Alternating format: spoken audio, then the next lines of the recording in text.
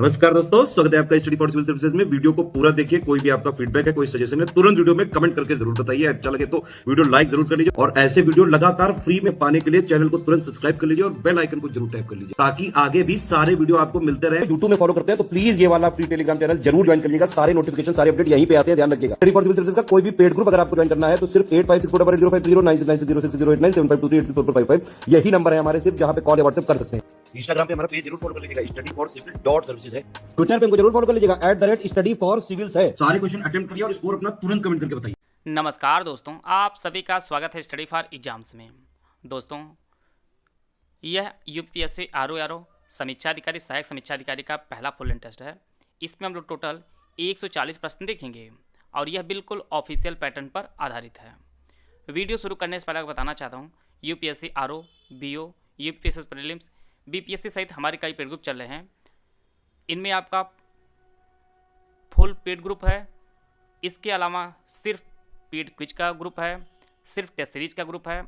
अगर आप इन किसी भी पेड ग्रुप को ज्वाइन करना चाहते हैं तो इस पर कॉल या व्हाट्सअप करके जो है वो जानकारी प्राप्त कर सकते हैं और यह फुल पेड ग्रुप ज्वाइन करके जो है आप लोग अपनी सफलता सुनिश्चित कर सकते हैं। तो आइए हम लोग देखते हैं पहला प्रश्न। लोग यहाँ पे 4 देश दिया गया है। इसमें आपको बताना है कि किसकी सीमाएं इजराइल के साथ साझा करती हैं। लेबनान, सीरिया, जॉर्डन व मिस्र, लेबनान, सीरिया, तुर्की व जॉर्डन, साइप्रस, तुर्की, जॉर्डन व मिस्र, या तुर्की, सीरिया, इराक व यमन। तो इसका जो सही आंसर है वो option A, Lebanon, Syria, Jordan व मिस्र की जो सीमाएं हैं वह इजराइल के साथ साझा करती हैं। तो इसका जो ऑप्शन ए है वह सही है। यहाँ पे 4 कंप्यूटर लैंग्वेज दी गई हैं। इसमें आपको बताना है कौन वैज्ञानिक कंप्यूटर भाषा है, बेसिक, पास्कल, फोर्ट्रॉन या कोबोल। तो इसका जो सही आंसर है वो ऑप्शन सी, फोर्ट्रॉन जो है यह एक वैज्ञानिक कंप्यूटर भाषा है। तो इसका जो ऑप्शन सी है वह सही है। कोबोल आपका यह बिजनेस ओरिएंटेड भाषा है। अगला जो प्रश्न है, यहाँ पे 4 रोग दिया गया है। इसमें आपको बताना है कौन बैक्टीरिया से होने वाला एक रोग है, चेचक, खसरा, हैजा या मलेरिया। तो हैजा जो रोग है यह बैक्टीरिया से होने वाला है। तो इसका जो ऑप्शन सी है वह सही है। चेचक और खसरा ये आपके विषाणु से होता है और मलेरिया आपका प्रोटोजोआ से होता है, प्रोटोजोआ से होता है। तो इसका जो ऑप्शन सी है वह सही है। हाल ही में चर्चा में रहा पोर उरु किस राज्य से संबंधित है, तमिलनाडु, केरल, ओडिशा या बिहार। तो इसका जो संबंध है इसका केरल संबंधित है। पोर उरु जो है एक विशेष प्रकार की नाव है और यह लकड़ी की बनी नाव है और इसने हाल ही में जीआई टैग के लिए आवेदन किया है और जब तक आप लोगों का पेपर हो सकता है इसे जीआई टैग मिल भी जाए। तो यह एक विशेष प्रकार की नाव है केरल की। इसका जो ऑप्शन बी है वह सही है। यहाँ पर एक तरफ देश दिया गया है, दूसरी तरफ राजधानी दी गई है। इसमें आपको बताना है कि कौन सी जोड़ी जो है वह सही सुमिलित नहीं है। Cyprus, Nicosia, New Zealand, Wellington, Venezuela, Windhoek, Colombia, Bogota. तो इसका जो सही आंसर है, वेनेजुएला जो राजधानी वह विंडहोक नहीं है, बल्कि वेनेजुएला जो राजधानी है वह कैराकस है। कैराकस जो है वह वेनेजुएला की राजधानी है और विंडहोक भी राजधानी है। विंडहोक जो राजधानी है वह नामीबिया की राजधानी है, नामीबिया की राजधानी है। और जैसा कि हम लोग जानते हैं कि नामीबिया से ही भारत में जो है 8 चीते लाए गए हैं 17 सितंबर को। यह भी फैक्ट आप लोग नोट कर लीजिएगा। तो इस प्रकार जो है इसका जो ऑप्शन सी है वह सही है। अगला जो प्रश्न है, यहाँ पे 4 कर दिए गए हैं। इसमें आपको बताना है कौन सा कर एक प्रत्यक्ष कर नहीं है, व्यक्तिगत आयकर, उपहार कर, वस्तु एवं सेवा कर या निगम कर। तो इसका जो सही आंसर है वो ऑप्शन सी, वस्तु एवं सेवा कर जो है यह एक प्रत्यक्ष कर नहीं है बल्कि यह एक अप्रत्यक्ष कर है और जिसे सामान्य रूप से हम लोग जीएसटी के नाम से जानते हैं। इसे थोड़ा सा हम लोग जीएसटी के बारे में जान लेते हैं। जीएसटी के लिए हमारे संविधान में 101वां संविधान संशोधन किया गया है और इसे भारत में 1 जुलाई वर्ष 2017 को इसे लागू किया गया है और यह कुल 4 इसके जो है कुल 4 स्लैब हैं। जीएसटी कुल 4 स्लैब हैं। पहला आपका 5% है, दूसरा आपका 12% है, तीसरा 18% और चौथा आपका 28% है। तो टोटल जो है जीएसटी 4 स्लैब हैं, 5%, 12%, 18% और 28% है। अगला जो प्रश्न है, मानव शरीर में पाचन का अधिकांश भाग किस अंग में संपन्न होता है, बड़ी आंत में, छोटी आंत में, आग्नेयाशय में या पित्ताशय में। तो इसका जो सही आंसर है वो ऑप्शन बी, मानव शरीर में पाचन का जो अधिकांश भाग संपन्न होता है वो आपके छोटी आंत में होता है। इसका जो ऑप्शन बी है वह सही है। आयोग ने कई बार इसकी लंबाई के बारे में प्रश्न बनाया है। तो छोटी आंत की जो लंबाई होती है वो लगभग 7 मीटर के आसपास होती है और बड़ी आंत की जो लंबाई हो वो लगभग 1.5 मीटर के आसपास होती है। और अन्य आयोग ने एक बार प्रश्न इससे बनाया था कि छोटी आंत और बड़ी आंत की अनुपात पूछा था, तो जिसका आयोग ने आंसर माना था 5:1 उसका आंसर माना था। तो इसको भी आप लोग नोट कर लीजिएगा। छोटी आंत की जो लंबाई लगभग 7 मीटर होती है और बड़ी आंत की जो लंबाई होती है वो 1.5 मीटर के आसपास इसकी होती है। आते हैं अगला प्रश्न लोग। यहाँ पे 4 शासक दिए गए हैं, इसमें आपको बताना है कौन गुर्जर प्रतिहार वंश से संबंधित नहीं है। नागभट्ट द्वितीय, महेंद्रपाल प्रथम, देवपाल या शशांक। तो इसका जो सही आंसर है वो ऑप्शन डी, शशांक जो है यह गुर्जर प्रतिहार वंश का शासक नहीं था, बल्कि यह बंगाल का हिंदू गौड़ शासक था और इसी ने हर्षवर्धन के जीजा ग्रहवर्धन की हत्या की थी, शशांक ने ही। बाकी आपके नागभट्ट द्वितीय, महेंद्रपाल और देवपाल जो है ये सभी गुर्जर प्रतिहार वंश से संबंधित हैं। तो इसका जो ऑप्शन डी है वह सही है। मीराबाई किसकी शिष्या थीं? संत रामानंद, संत निम्बारकाचार्य, संत रैदास या संत वल्लभाचार्य। तो इसका जो सही आंसर है वो ऑप्शन सी, संत रैदास की शिष्या थी मीराबाई जी। इसका जो ऑप्शन सी है वह सही है। यहाँ पर आपको सुमिलित कराना है, एक तरफ देश दिया कि दूसरी तरफ जो है पर्वत चोटी दी गई है, Elbrus, Kilimanjaro, mount cook, McKinley. दूसरी तरफ न्यूजीलैंड, अमेरिका, तंजानिया और रूस दिया गया है। इसके लिए 4 ऑप्शन दिया गया, आप लोग ऑप्शन पढ़ लीजिए। एल्ब्रूस पर्वत ये आपके रूस में स्थित है, किलिमंजारो तंजानिया में स्थित है, माउंट कुक ये आपके न्यूजीलैंड में स्थित है और मैकिनले आपका अमेरिका में स्थित है। मैकिनले को डेनाली के नाम से भी जाना जाता है। तो इस प्रकार जो है इसका जो ऑप्शन डी है वह सही है। एल्ब्रूस रूस में, किलिमंजारो आपका तंजानिया में, माउंट कुक न्यूजीलैंड में और मैकिनले आपके अमेरिका में स्थित है। तो डी ऑप्शन इसका सही है। आते हैं अगला प्रश्न लोग। जैव विविधता को मापने के लिए गणितीय सूचकांकों में जो स्थानीय मापन में औसत प्रजातियों की विविधता को दर्शाता है उसे क्या कहा जाता है? Alpha index, beta index, gamma index या इनमें से कोई नहीं।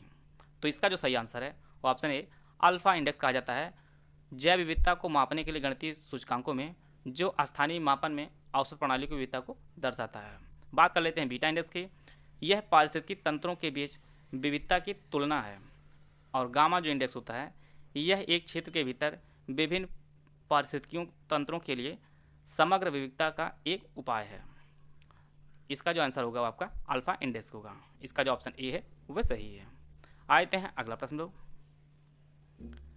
भारत के मुख्य न्यायाधीश डी.वाई. चंद्रचूड़ ने वर्चुअली ओडिशा में कितने जिला अदालत डिजिटलीकरण hub, district court digitisation hubs DCDH का उद्घाटन किया है? 5, 8, 7 या 10। इन्होंने जो उद्घाटन किया है वो टोटल 10 का किया है।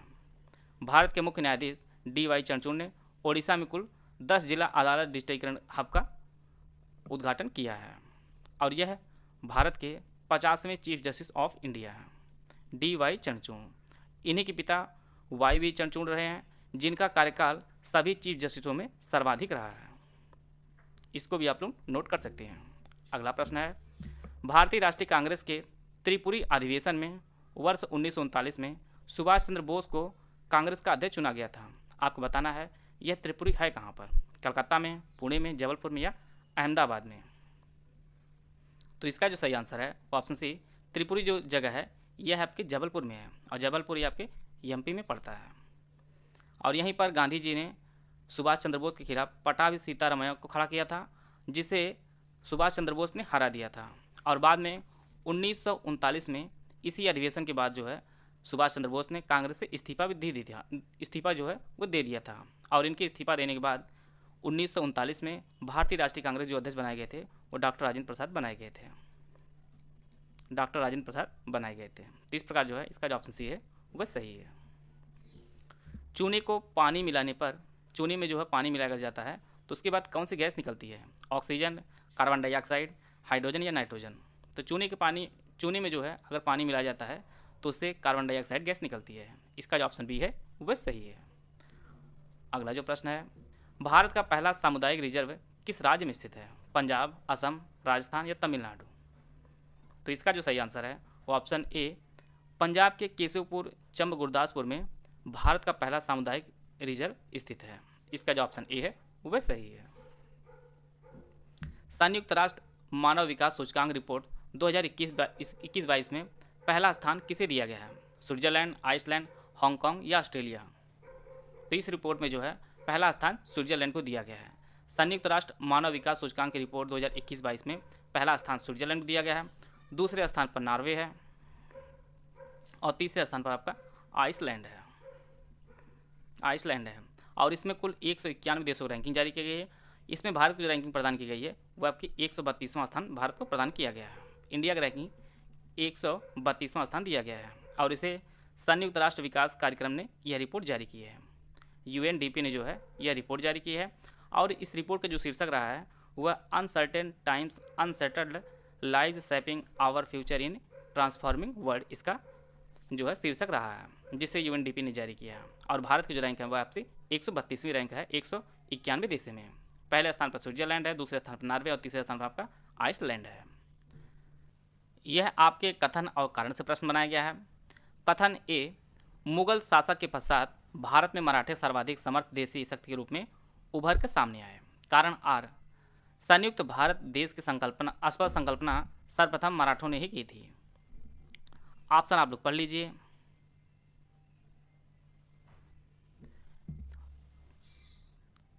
तो इसका जो कथन है वह सही है कि मुगल शासक के पश्चात भारत में मराठे सर्वाधिक समर्थ देशी शक्ति के रूप में उभर कर सामने आए थे।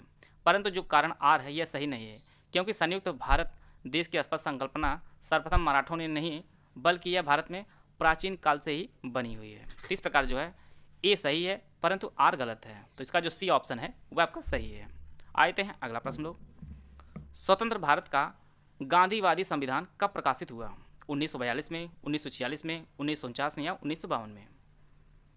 तो इसका जो सही आंसर है वो ऑप्शन बी 1946 में स्वतंत्र भारत का गांधीवादी संविधान प्रकाशित हुआ और इसे श्री मन नारायण अग्रवाल ने लिखा था, जिसे 1946 में प्रकाशित किया गया है। आते हैं अगला प्रश्न लोग। भारत ने चंद्रयान 1 को कब लॉन्च किया था? 2005, 2006, 2008 या 2009 में? तो इसका जो सही आंसर है वो ऑप्शन सी वर्ष 2008 में भारत ने चंद्रयान 1 को लॉन्च किया था।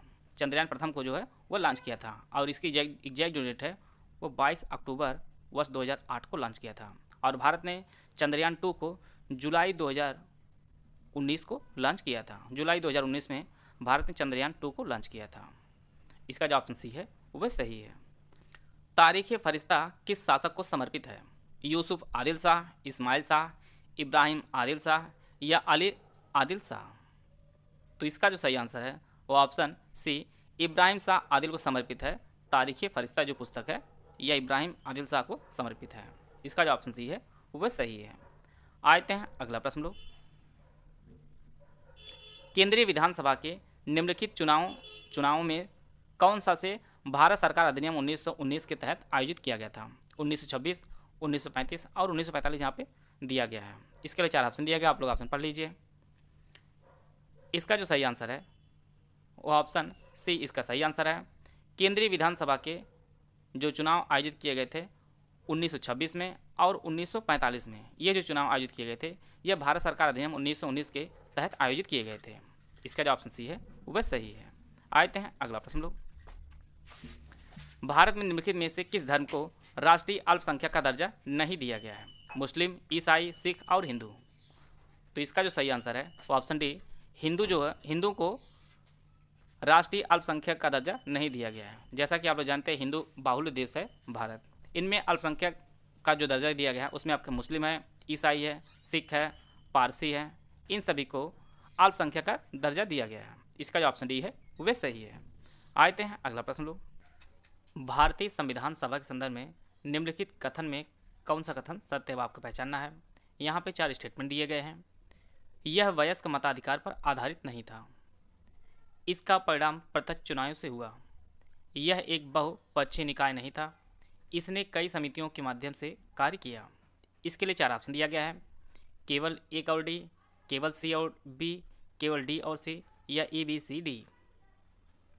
तो इसका जो पहला स्टेटमेंट है यह आपका सही है कि यह वयस्क मताधिकार पर आधारित नहीं था। इसके जो सदस्यों का जो चुनाव था वह आनुपातिक प्रतिनिधित्व की एकल हस्तांतरणीय प्रांतीय विधानसभा के द्वारा इसे चुना गया था इनके जो सदस्यों का। बाकी इसका परिणाम प्रत्यक्ष चुनाव से हुआ था, यह बात गलत है। और यह एक बहुपक्षीय निकाय नहीं थी, यह भी बात गलत है। और इसका चौथा स्टेटमेंट है, इसने कई समितियों के माध्यम से कार्य किया। यह जो स्टेटमेंट है वह आपका सही है। भारतीय संविधान सभा में कुल 8 जो है वो बड़ी समितियां थी, बाकी कुछ जो समितियां थी वह छोटी थी। इस प्रकार जो है इसका जो ऑप्शन ए है वह सही है। इसका जो पहला जो आपका कथन ए और डी है वह सही है, बाकी बी सी आपका गलत है। अगला जो प्रश्न है, इसमें से कौन एक लिंगी पुष्प होता है? पपीता, सरसों, गुड़हल या सूरजमुखी? तो इसका जो सही आंसर है वो ऑप्शन ए पपीता जो है यह एक लिंगी पुष्प होता है। इसका जो ऑप्शन ए है वह सही है। मौलिक अधिकारों के संबंधित निम्नलिखित निर्णयों का सही कालानुक्रमिक क्रम का चयन करना है। यहाँ पे 4 निर्णय दिए गए हैं। गोलकनाथ बनाम पंजाब राज्य, केशवानंद भारती बनाम केरल राज्य, मिनर्वा मिल्स बनाम भारत राज्य, ए गोपालन बनाम मद्रास राज्य। इसके लिए 4 ऑप्शन दिया गया, आप लोग ऑप्शन पढ़ लीजिए। गोलकनाथ बनाम पंजाब राज्य का जो निर्णय है वह 1967 में आया था। केशवानंद भारती बनाम केरल राज्य का जो निर्णय है वह 1973 में आया था। मिनर्वा मिल्स बनाम भारत राज्य का जो निर्णय आया था वह 1980 में आया था। और ए गोपालन बनाम मद्रास राज्य का जो निर्णय है वह 1950 में आया था। तो इस प्रकार जो है सबसे पहले आपका गोपालन बनाम मद्रास राज्य होगा, इसके बाद गोलकनाथ बनाम पंजाब राज्य होगा, फिर इसके बाद केशवानंद भारती बनाम केरल राज्य, और अंत में आपका मिनर्वा मिल्स बनाम भारत राज्य होगा। तो इस प्रकार इसका जो तीसरा ऑप्शन है वह सही है, ऑप्शन सी जो है वह सही है। आते हैं अगला प्रश्न लोग। कृषि डिसीजन सपोर्ट सिस्टम कृषि डीएसएस के लिए कृषि मंत्रालय ने किसके साथ साझेदारी की है? रक्षा मंत्रालय, वित्त मंत्रालय, गृह मंत्रालय या अंतरिक्ष विभाग? तो इसका जो सही आंसर है ऑप्शन डी अंतरिक्ष विभाग के साथ कृषि डिसीजन सपोर्ट सिस्टम के लिए कृषि मंत्रालय ने अंतरिक्ष विभाग के साथ साझेदारी की है। और यह जो विभाग होता है वह प्रधानमंत्री के पास होता है, अंतरिक्ष विभाग। आते हैं अगला प्रश्न लोग। राष्ट्रीय मानवाधिकार आयोग के संदर्भ में निम्नलिखित में से कौन सा वक्तव्य सही है? पहला जो वक्तव्य है यह एक सांविधिक निकाय है। दूसरा स्टेटमेंट है इसकी स्थापना 1993 में संसद द्वारा अधिनियमित एक कानून के तहत की गई, अर्थात मानवाधिकार संरक्षण अधिनियम 1993 में। तो इसका जो सही आंसर है वो ऑप्शन सी, इसके जो दोनों स्टेटमेंट हैं वह सही है कि यह एक सांविधिक निकाय है और इसकी जो स्थापना की गई थी वह 1993 में की गई थी। इसका जो ऑप्शन सी है वह सही है। और वर्तमान में जो इसके अध्यक्ष चुने गए हैं वह अरुण कुमार मिश्रा जी हैं। अरुण कुमार मिश्रा राष्ट्रीय मानवाधिकार आयोग के अध्यक्ष हैं। आते हैं अगला प्रश्न लोग। स्वर्ण सिंह समिति ने कुल कितने मौलिक कर्तव्यों को संविधान में शामिल करने का सुझाव दिया था? 5, 7, 8 या 10? तो इसका जो सही आंसर है ऑप्शन सी, कुल 8 मौलिक कर्तव्यों को संविधान में जोड़े जाने का सुझाव दिया था स्वर्ण सिंह समिति ने। और इसे 42वें संविधान संशोधन 1976 में जो किया गया था उसी के तहत जो संविधान में 51 का है उसमें इसे रखा गया है। और इन्होंने कुल 8 मौलिक कर्तव्यों को जोड़े जाने की अनुशंसा की थी। वर्तमान में कुल 11 मौलिक कर्तव्य हैं और जो 11वां मौलिक कर्तव्य है इसी वर्ष 2002 में 86वें संविधान संशोधन द्वारा इसे जोड़ा गया है। आते हैं अगला प्रश्न लोग। निम्नलिखित में किस जनजाति में अनुलोम व प्रतिलोम विवाह प्रचलित है? बुक्सा, गौंड, भोटिया या थारू? तो इसका जो सही आंसर है ऑप्शन ए, बुक्सा जनजाति में अनुलोम व प्रतिलोम विवाह जो है वर्तमान में प्रचलित है। इसका जो ऑप्शन ए है वह सही है। आते हैं अगला प्रश्न लोग। इंटरनेशनल क्लाइमेट क्लब किन संस्थान ने लॉन्च किया है? G7, G20, नाटो या आसियान? तो इसे G7 ने लॉन्च किया है, इंटरनेशनल क्लाइमेट क्लब को। बात कर लेते हैं हम लोग G7 की। तो G7 में कुल आपके 7 सदस्य हैं। इनमें आपका कनाडा है, फ्रांस है, जर्मनी है, इटली है, जापान, USA और UK। तो टोटल जो है 7 सदस्य हैं। और इसका जो हाल ही में अभी अधिवेशन हुआ था 48वां, यह आपके जर्मनी में इसका अधिवेशन हुआ था 2022 में। और 2023 का जो अधिवेशन आयोजित होने वाला है वह आपके जापान में आयोजित होगा। G7 का अधिवेशन 49वां। और इसकी जो पहली बैठक हुई थी G7 की वह 1975 में इसकी पहली बैठक आयोजित की गई थी। आते हैं अगला प्रश्न लोग। दो उत्तरोत्तर श्रृंग व दो उत्तरोत्तर गर्त के बीच की दूरी को क्या कहा जाता है? रेडियो तरंगे, आयाम, तरंग दर या आवृत्ति। तो इसका जो सही आंसर है वो ऑप्शन सी तरंग दर कहा जाता है दो उत्तरोत्तर श्रृंग अथवा दो उत्तरोत्तर गर्त के बीच की दूरी को। इसका जो ऑप्शन सी है वह सही है। आते हैं अगला प्रश्न लोग। यह आपके कथन और कारण से प्रश्न बनाया गया है। कथन ए जो है सन 1995 में बंगाल के विभाजन से भारतीय स्वतंत्रता आंदोलन में नरम दलियों की भूमिका समाप्त हो गई है। कारण आर जो है भारतीय राष्ट्रीय कांग्रेस के सूरत अधिवेशन ने गर्म दलियों को नरम दलियों से पृथक कर दिया। ऑप्शन आप लोग पढ़ लीजिए। इसका जो पहला स्टेटमेंट है, जो कथन है, वह गलत है, क्योंकि 1905 में बंगाल विभाजन से भारतीय स्वतंत्रता आंदोलन में नरम दलियों की भूमिका समाप्त नहीं होगी, बल्कि इनका उदय हुआ था।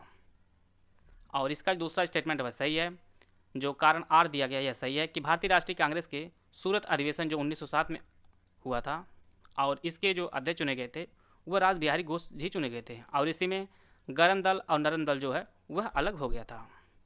तो इस प्रकार जो है ए जो है वह गलत है, परंतु आर जो है वह सही है। इसका जो ऑप्शन डी है वह सही है। आते हैं अगला प्रश्न लोग।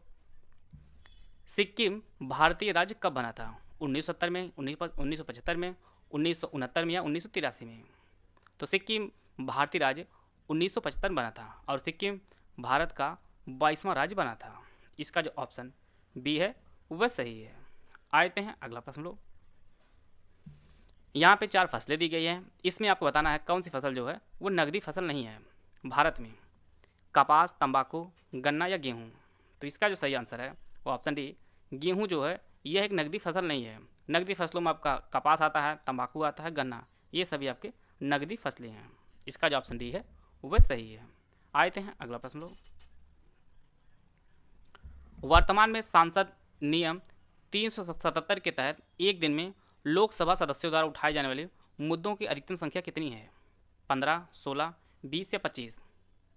तो इसका जो सही आंसर है वो ऑप्शन सी मैक्सिमम जो है 20 प्रश्न उठाए जा सकते हैं लोकसभा सदस्यों द्वारा एक दिन में। इसका जो ऑप्शन सी है वह सही है।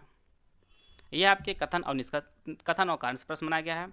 कथन ए क्रिप्स प्रस्तावों को कांग्रेस ने अस्वीकृत कर दिया था और कारण आर दिया है क्रिप्स मिशन में केवल श्वेत लोग सम्मिलित थे। ऑप्शन आप लोग पढ़ लीजिएगा। यहाँ पे जो कथन ए दिया गया है ये आपका सही है।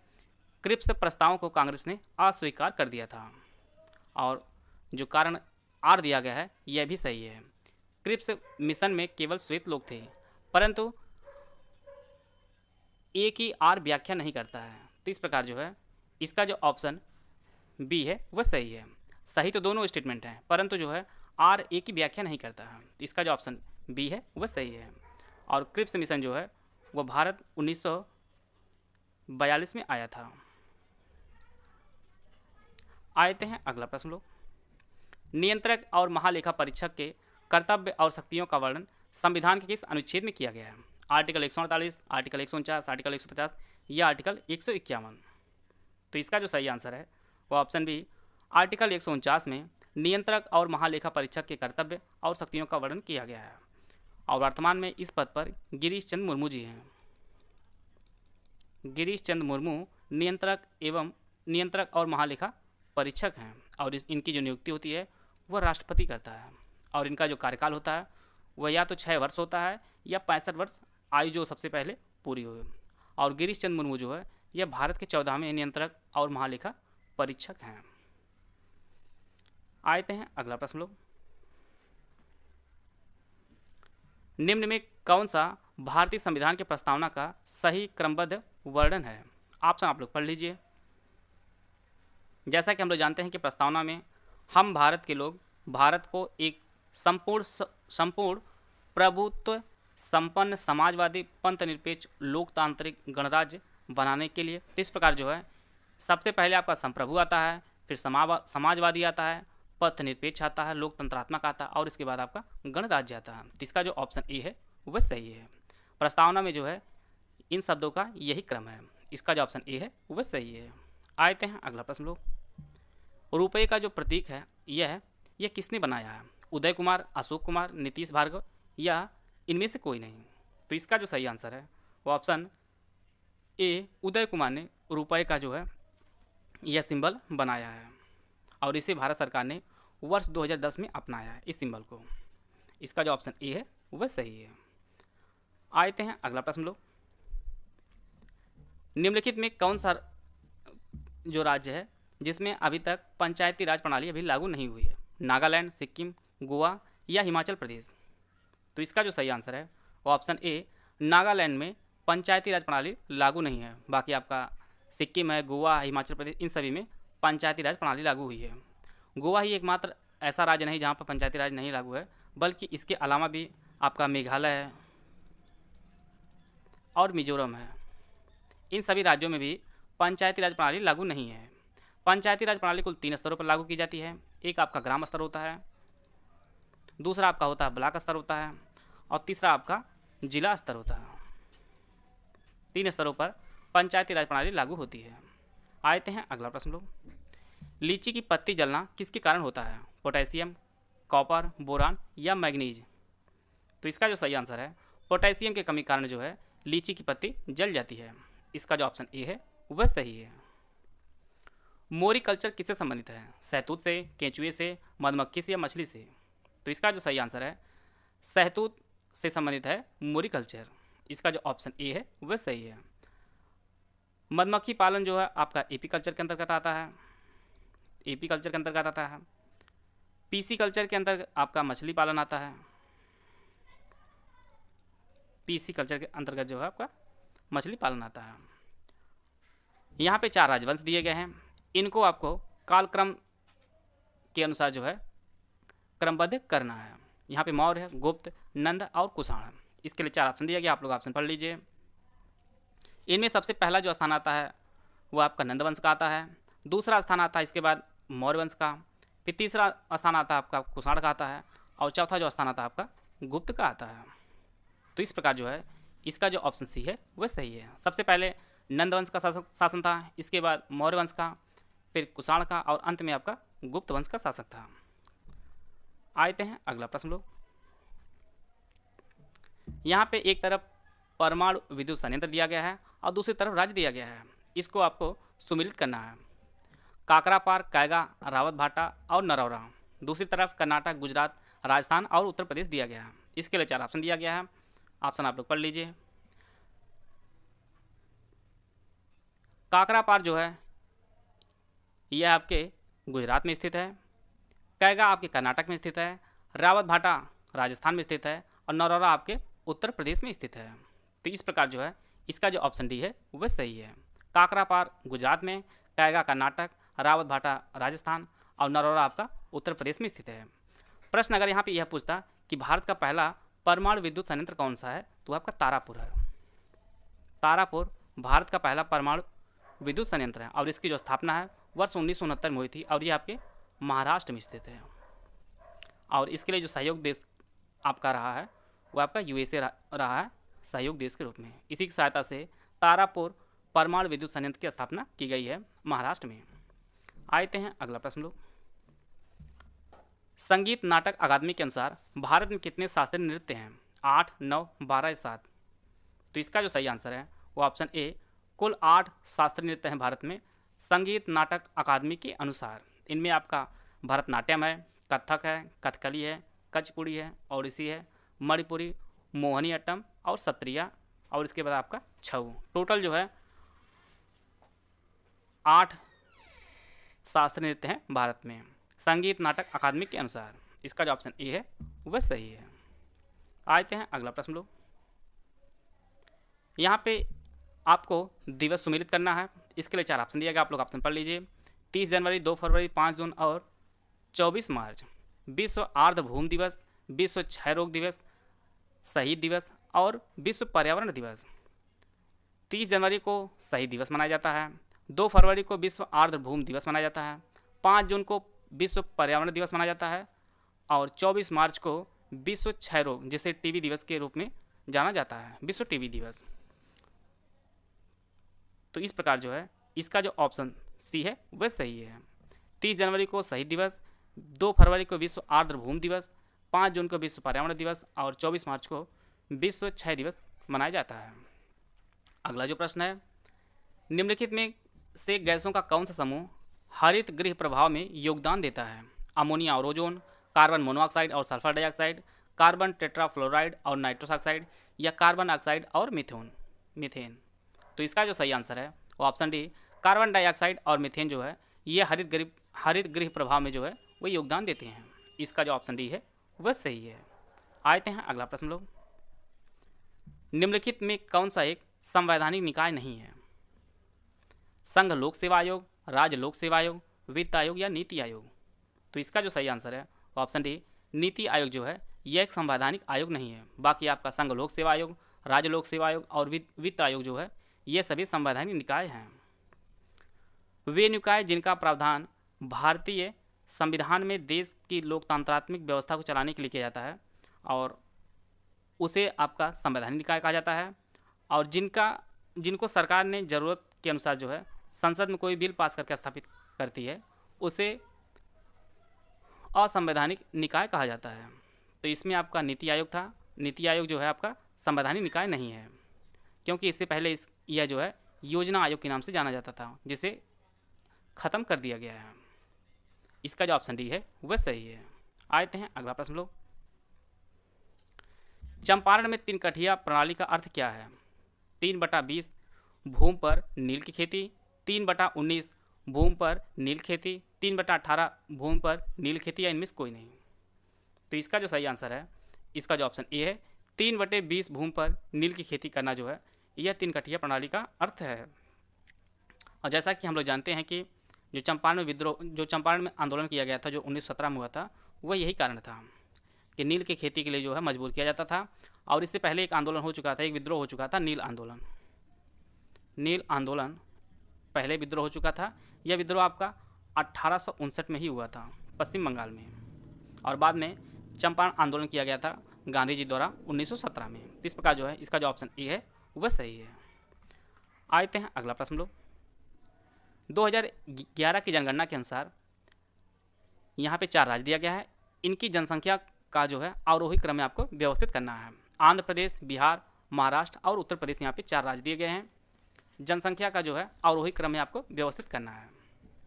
सबसे अधिक जनसंख्या आपका यूपी में है, दूसरा स्थान आपका महाराष्ट्र में है, तीसरा स्थान आपका बिहार का और चौथा स्थान आपका आंध्र प्रदेश का है। तो इस प्रकार जो है इसका जो ऑप्शन बी है वह सही है, 4, 3, 2, 1। आते हैं अगला प्रश्न लोग,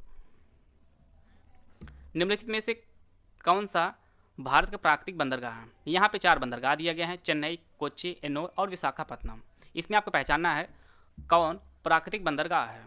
1 और 2, 1 और 3, 2 और 3 या 2 और 4। 3 में आपका कोच्चि और विशाखापत्तनम जो है यह दोनों प्राकृतिक बंदरगाह हैं, और चेन्नई और एन्नोर जो है ये आपके कृत्रिम बंदरगाह हैं। कोच्चि जो बंदरगाह ये आपके केरल में स्थित है। एन्नोर जो बंदरगाह है यह आपके तमिलनाडु में स्थित है, और विशाखापत्तनम ये आपके आंध्र प्रदेश में स्थित है। तो इसका जो ऑप्शन डी है वह सही है। निम्नलिखित में से किसने 1857 में अंग्रेजों से संघर्ष किया? चंद्रशेखर आज़ाद, राम प्रसाद बिस्मिल, सादत खां या भगत सिंह।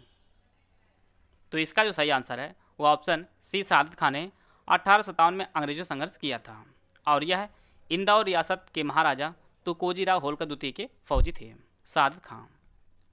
आते हैं अगला प्रश्न लोग, वर्ष 1947 तक भारतीय राष्ट्रीय कांग्रेस कितने अधिवेशन उत्तर प्रदेश में आयोजित हुए हैं? 10, 9, 8 या 7। तो इसका जो सही आंसर है वो ऑप्शन बी, टोटल जो है 9 अधिवेशन आयोजित किए गए हैं उत्तर प्रदेश में 1947 तक भारतीय राष्ट्रीय कांग्रेस के। पहला जो अधिवेशन आयोजित किया गया था वर्ष 1888 में, और इसके जो अध्यक्ष चुने गए थे वह जॉर्ज यूले थे। फिर इसके बाद 1892 में इसके जो अध्यक्ष थे वह व्योमेश बनर्जी थे। फिर 1899 में आयोजित किया गया था यूपी में, और इसके जो अध्यक्ष थे वो रमेश चंद्र दत्त इसके अध्यक्ष चुने गए थे। फिर 1905 में यह अधिवेशन आपके वाराणसी में आयोजित किया गया था, और गोपाल कृष्ण गोखले इसके अध्यक्ष चुने गए थे। फिर आपका 1910 में विलियम वेडरवन चुने गए थे अध्यक्ष, और यह जो अधिवेशन है यह उत्तर प्रदेश में आयोजित किया गया था। और आपका 1916 जो अधिवेशन जो लखनऊ में आयोजित किया गया था, इसकी जो अध्यक्षा चुनी गई थी ये आपकी एनी बेसेंट जी चुनी गई थी। और बाद में 1925 में अधिवेशन जो कानपुर में आयोजित किया गया था, इसकी जो अध्यक्ष चुनी गई थी वह सरोजिनी नायडू जी चुनी गई थी। और यह पहली भारतीय महिला थी जो आईएनसी की अध्यक्ष चुनी गई थी। और बाद में 1936 का अधिवेशन आयोजित किया गया था यूपी में, और इसकी जो अध्यक्षता जो की थी वो जवाहरलाल नेहरू ने की थी। और सबसे अंतिम आपका 1946 में अधिवेशन किया गया था मेरठ में, और इसके जो अध्यक्ष चुने गए थे वो जेबी कृपलानी जी थी। तो टोटल जो है 9 अधिवेशन हुए हैं उत्तर प्रदेश में 1947 तक। तो इस प्रकार जो है इसका जो ऑप्शन बी है वह सही है। आते हैं अगला प्रश्न लोग। अरोड़ा आसफ अली निम्नलिखित में से किस आंदोलन से संबंधित थे? असहयोग आंदोलन, सविनय अवज्ञा आंदोलन, व्यक्तिगत सत्याग्रह या भारत छोड़ो आंदोलन? तो इसका जो सही आंसर है वो ऑप्शन डी, भारत छोड़ो आंदोलन से संबंधित थी अरोड़ा आसफ अली। इसका जो ऑप्शन डी है वह सही है। और यह जो आंदोलन हुआ था वह वर्ष 1942 में हुआ था, भारत छोड़ो आंदोलन। असहयोग आंदोलन जो है वो गांधी जी द्वारा शुरू किया गया था, और इसे वर्ष 1920 में गांधी जी शुरू किए थे। सविनय अवज्ञा आंदोलन यह आपका 1930 में हुआ था। यहाँ पर प्रश्न सबसे इंपॉर्टेंट जो आता है आपकी परीक्षा में वो व्यक्तिगत सत्याग्रह से आता है, और व्यक्तिगत सत्याग्रह जो है वो वर्ष 1940 में शुरू किया गया था। और यहाँ सबसे इंपॉर्टेंट जो प्रश्न बनता है, पहले व्यक्तिगत सत्याग्रही कौन थे, दूसरे कौन थे, और अब आपकी परीक्षा के लिए सबसे उपयोगी आपके तीसरा भी पूछा जाएगा। पहले जो व्यक्तिगत सत्याग्रही थे वो आपके विनोबा भावे जी थे, विनोबा भावे जी थे। दूसरे आपके जवाहरलाल नेहरू जी थे, और तीसरे आपके ब्रह्मदत्त थे, ब्रह्मदत्त जी थे। इनको आप लोग जरूर नोट कर लीजिएगा, क्योंकि आपकी परीक्षा के लिए सबसे इंपॉर्टेंट आप तीसरे ही हो गए हैं, क्योंकि विनोबा भावे जो पहले और दूसरे आपके जवाहरलाल नेहरू ये बार बार परीक्षाओं में पूछा जा चुका है, तो इसलिए तीसरे काफ़ी इंपॉर्टेंट है आपकी परीक्षा के लिए। आते हैं अगला प्रश्न लोग।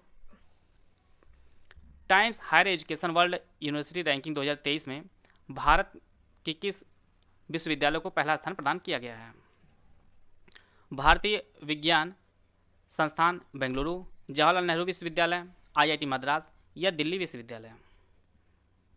तो इसका जो सही आंसर है वो ऑप्शन ए, भारतीय विज्ञान संस्थान आईआईएससी बेंगलुरु को जो है भारत में शीर्ष स्थान प्राप्त हुआ है Times Higher Education World University Ranking 2023 में।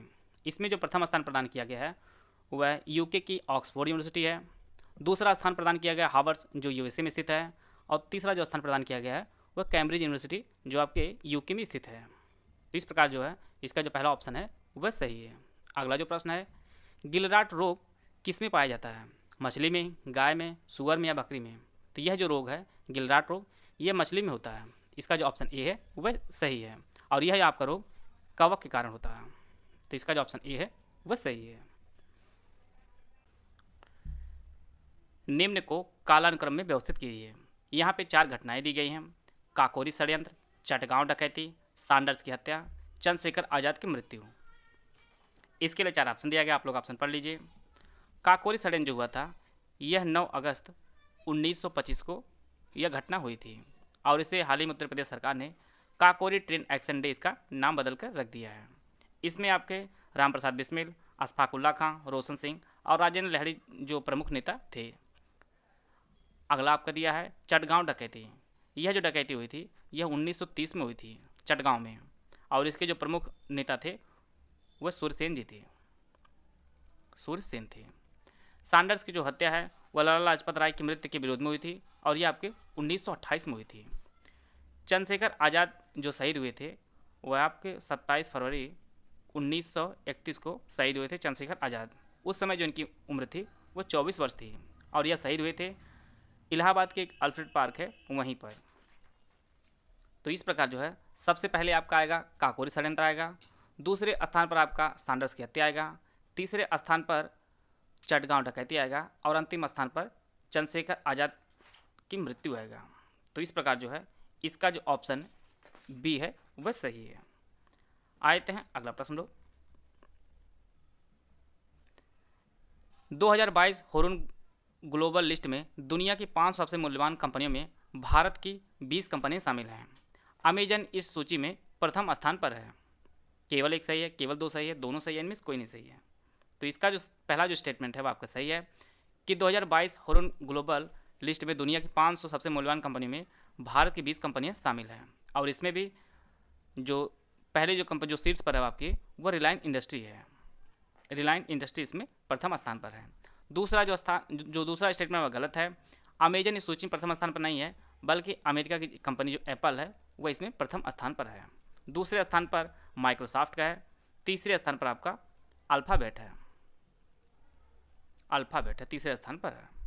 अगर देश वाइज देखा जाए तो इसमें भारत जो है 5वें स्थान पर है। देश वाइज कि भारत के जो है 20 कंपनियां शामिल हैं। सबसे अधिक जो कंपनी शामिल है वो अमेरिका की है, और अमेरिका को 260 कंपनियां शामिल हैं फॉरेन ग्लोबल लिस्ट में। दूसरे स्थान पर चाइना है, जिसकी कुल 35 कंपनियां इसमें शामिल हैं। तो इस प्रकार जो है इसका जो पहला स्टेटमेंट है वो आपका सही है। आते हैं अगला प्रश्न लोग। हाल ही में एक दिवसीय क्रिकेट में सबसे तेज 200 रन बनाने का रिकॉर्ड किसने बनाया है? रोहित शर्मा, क्रिस गेल, ईशान किशन या केन विलियमसन? तो यह जो रिकॉर्ड है यह भारतीय बल्लेबाज ईशान किशन ने यह रिकॉर्ड बनाया है, और इन्होंने टोटल इसके लिए 126 बॉल खेली है, और 126 बॉल पर इन्होंने 200 रन बनाया है। इससे पहले जो रिकॉर्ड था वह क्रिस गेल के पास था, जिन्होंने टोटल 138 बॉल पे 200 रन बनाया था, और यह जो रिकॉर्ड है इन्होंने बांग्लादेश के खिलाफ बनाया था। और यह चौथे भारतीय बल्लेबाज बने हैं जिन्होंने एक दिवसीय क्रिकेट में 200 से ज़्यादा रन बनाए हैं। इसका जो ऑप्शन सी है वह सही है। 200 या 200 से ज़्यादा, इसका जो ऑप्शन सी है वह सही है। अगला जो प्रश्न है, बागवानी में निम्नलिखित में से क्या क्या उत्पादन जो है शामिल है? फल, सब्जियां, पुष्प, मसाले। केवल 1-2, केवल 1-2-3, केवल 1-2-3 या 1-2-3-4? तो इसका जो सही आंसर है वो ऑप्शन डी, बागवानी में जो है फल, सब्जियां, पुष्प और मसाले जो है ये सभी जो है शामिल हैं। तो इसका जो ऑप्शन डी है वह सही है। आते हैं अगला प्रश्न लोग। यहाँ पे 4 संगठन दिया गया है, इसमें आपको बताना है भारत किसका सदस्य है? आसियान, ब्रिक्स, सार्क और बिम्स्टेक। ऑप्शन आप लोग पढ़ लीजिए। भारत जो सदस्य है वो बिम्स्टेक का है, सार्क का है, ब्रिक्स का है, परंतु आसियान का नहीं है। तो इसलिए जो है इसका जो ऑप्शन डी है वह सही है। यह काफ़ी इंपॉर्टेंट प्रश्न है, यह आपकी परीक्षा के लिए काफ़ी उपयोगी होगा। आते हैं अगला प्रश्न लोग। रोका जो है किस देश में हस्तांतरणीय कृषि के नाम से जाना जाता है? ब्राज़ील, फिलीपींस, थाईलैंड या भारत? तो रोका जो है हस्तांतरित कृषि के रूप में जाना जाता है ये आपके ब्राज़ील में। इसका जो ऑप्शन ए है वह सही है। मध्य भारत में स्थित पहाड़ियों का पश्चिम से पूर्व निम्नलिखित में से कौन सा एक जो क्रम है वह सही है? यहाँ पे 4 पहाड़ियाँ दी गई हैं, मैकाल, सतपुड़ा, महादेव और छोटा नागपुर। इनको आपको पश्चिम से पूर्व क्रम में जो है सजाना है। यहाँ पर आप लोग देख पा रहे हैं आपके सतपुड़ा श्रेणी है, दूसरा आपका यहाँ पर मैकाल है, यहाँ पर महादेव पहाड़ी है, और ये आपका छोटा नागपुर पहाड़ है। मैप में आप लोग देख पा रहे होंगे, हमें पश्चिम से पूर्व दिशा में सजाना है। तो सबसे पहले आपका सतपुड़ा आ जाएगा, दूसरे स्थान पर महादेव आ जाएगा, तीसरे स्थान पर मैकाल आ जाएगा, और चौथे स्थान पर आपका छोटा नागपुर आ जाएगा। इस प्रकार जो है इसका जो ऑप्शन बी है वह सही है। आते हैं अगला प्रश्न लोग। निम्नलिखित में से कौन सा सतत विकास लक्ष्य एसडीजी भारत में 2030 तक सभी के लिए पानी की उपलब्धता और इसके अस्थायी प्रबंधन को लक्षित करेगा? एसडीजी 6, एसडीजी 7, एसडीजी 8 या एसडीजी 9? तो इसका जो सही आंसर है वह एसडीजी 6 होगा। इसका जो ऑप्शन ए है वह सही है। सतत विकास 6 जो है ये सभी के लिए स्वच्छ जल और स्वच्छता के बारे में है, और इसे संयुक्त राष्ट्र महासभा द्वारा वर्ष 2012 में स्थापित कुल 17 सतत विकास लक्ष्यों में से एक है। और यही जो प्रश्न है अभी हाईकोर्ट का हुआ था, उसमें ये पूछा था कि सतत विकास लक्ष्य जो है कुल कितने हैं? तो टोटल आपके कितने हैं? आपके 17 हैं, जिनमें छठा जो है यह पानी की उपलब्धता और इसके अस्थायी प्रबंधन से संबंधित है। इसका जो ऑप्शन ए है वह सही है। सेब जो है वह लाल रंग किसके कारण होता है? एंथोसाइनिन, कैरोटीन, जेंथोफिल या बिटोनिन? तो इसका जो सही आंसर है वो ऑप्शन ए, एंथोसाइनिन कारण जो है सेब लाल रंग का होता है। इसका जो ऑप्शन ए है वह सही है। यहाँ पे एक तरफ राज्य दिया गया, दूसरी तरफ राजधानी दी गई है। इसको आपको सुमिलित करना है। पल्लव, पांड्य, यादव, काकतीय, वारंगल, कांचीपुरम, मदुरई और देवगिरी। पल्लव वंश की राजधानी जैसा कि हम जानते हैं कांचीपुरम में रही है, कांचीपुरम में है। दूसरा आपका पांड्य की जो राजधानी है वह आपकी मदुरई रही है। यादव की राजधानी देवगिरी है, और काकतीय जो राजधानी आपकी वारंगल रही है। तो इसका जो ऑप्शन बी है वह सही है। और जैसा कि हम जानते हैं देवगिरी को वर्तमान में दौलता नाम से भी जाना जाता है। दौलताबाद जो है देवगिरी का वर्तमान नाम है। इसका जो ऑप्शन बी है वह सही है। चखाओ खीर किस राज्य का एक प्रसिद्ध खाना है? तमिलनाडु, असम, मणिपुर या राजस्थान? चखाओ जो खीर है ये जो प्रसिद्ध खाना है आपके मणिपुर का है। इसका जो ऑप्शन सी है वह सही है। क्वाड ग्रुप में कौन सा देश शामिल नहीं है? यहाँ पे 4 देश दिए गए हैं, इसमें आपको पहचानना है कौन जो है वो क्वाड ग्रुप का मेंबर नहीं है। जापान, चीन, भारत या ऑस्ट्रेलिया? क्वाड ग्रुप में कुल 4 देश हैं, इनमें ऑस्ट्रेलिया है, भारत है, जापान है और अमेरिका है। इसमें चाइना नहीं है। तो इसका जो ऑप्शन बी है वह सही है। आते हैं अगला प्रश्न लोग। राष्ट्रपति निम्नलिखित में से किस विधेयक के लिए संयुक्त बैठक बुला सकता है? धन विधेयक, संविधान संशोधन विधेयक, साधारण विधेयक? इसके लिए 4 ऑप्शन दिया गया है, केवल 2, 3, केवल 3, केवल 1 और 2 या 1, 2 और 3। इसका जो सही आंसर है वो ऑप्शन सी, इसका ऑप्शन बी जो है इसका सही आंसर है। राष्ट्रपति जो है संयुक्त बैठक बुला सकता है साधारण विधेयक के लिए। इसका जो तीसरा जो स्टेटमेंट है वह सही है। बाकी आपका धन विधेयक और संविधान संशोधन विधेयक के लिए राष्ट्रपति संयुक्त बैठक नहीं बुला सकता है। हम लोग जान लेते हैं संयुक्त बैठक के बारे में। संयुक्त बैठक का जो वर्णन है वो आर्टिकल 108 में इसका विस्तृत वर्णन किया गया है और इसे राष्ट्रपति बुलाता है और इसकी जो अध्यक्षता है वो लोकसभा अध्यक्ष करता है।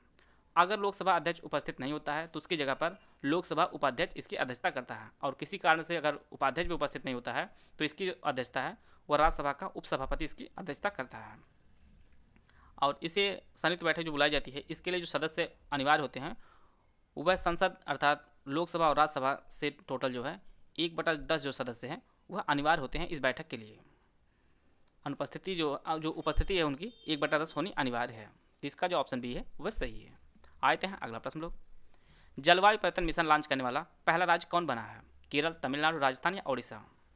तो ओडिशा जो है तमिलनाडु जो है यह पहला राज्य बना है जिसने जलवायु परिवर्तन मिशन लॉन्च किया है और इसे 9 दिसंबर 2022 को तमिलनाडु के मुख्यमंत्री जो M.K. स्टालिन है इन्होंने इसे लॉन्च किया है और इन्होंने बताया है कि जो भारत का कार्बन तटस्थता जो लक्ष्य रखा गया 2070 इससे पहले ही जो है तमिलनाडु ये लक्ष्य प्राप्त कर लेगा।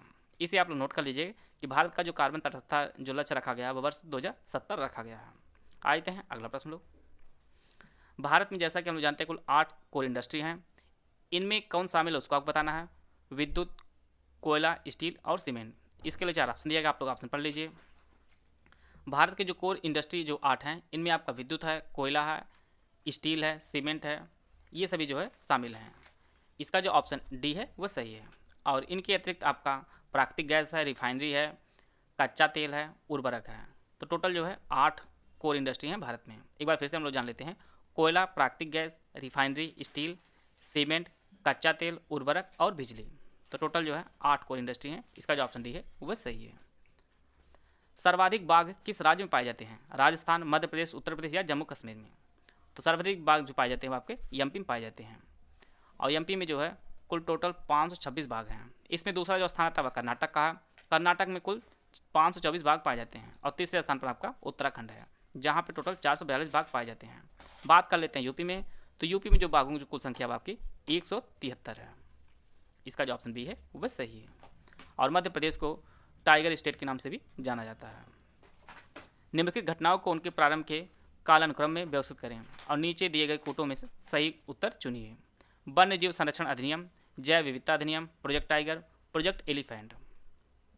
इसके लिए 4 विकल्प दिया गया, इसको आप लोग पढ़ लीजिए। वन्य जीव संरक्षण अधिनियम ये आपके 1972 में आया था। जैव विविधता अधिनियम आपके 2002 में आया है। टाइगर प्रोजेक्ट ये आपका 1973 में आया है और प्रोजेक्ट एलिफेंट ये आपका 1992 में आया है। तो सबसे पहले आपका वन्य जीव संरक्षण अधिनियम आएगा, दूसरे स्थान पर प्रोजेक्ट टाइगर आएगा, तीसरे स्थान पर जैव विविधता अधिनियम आएगा और चौथे स्थान पर आपका प्रोजेक्ट एलिफेंट आएगा।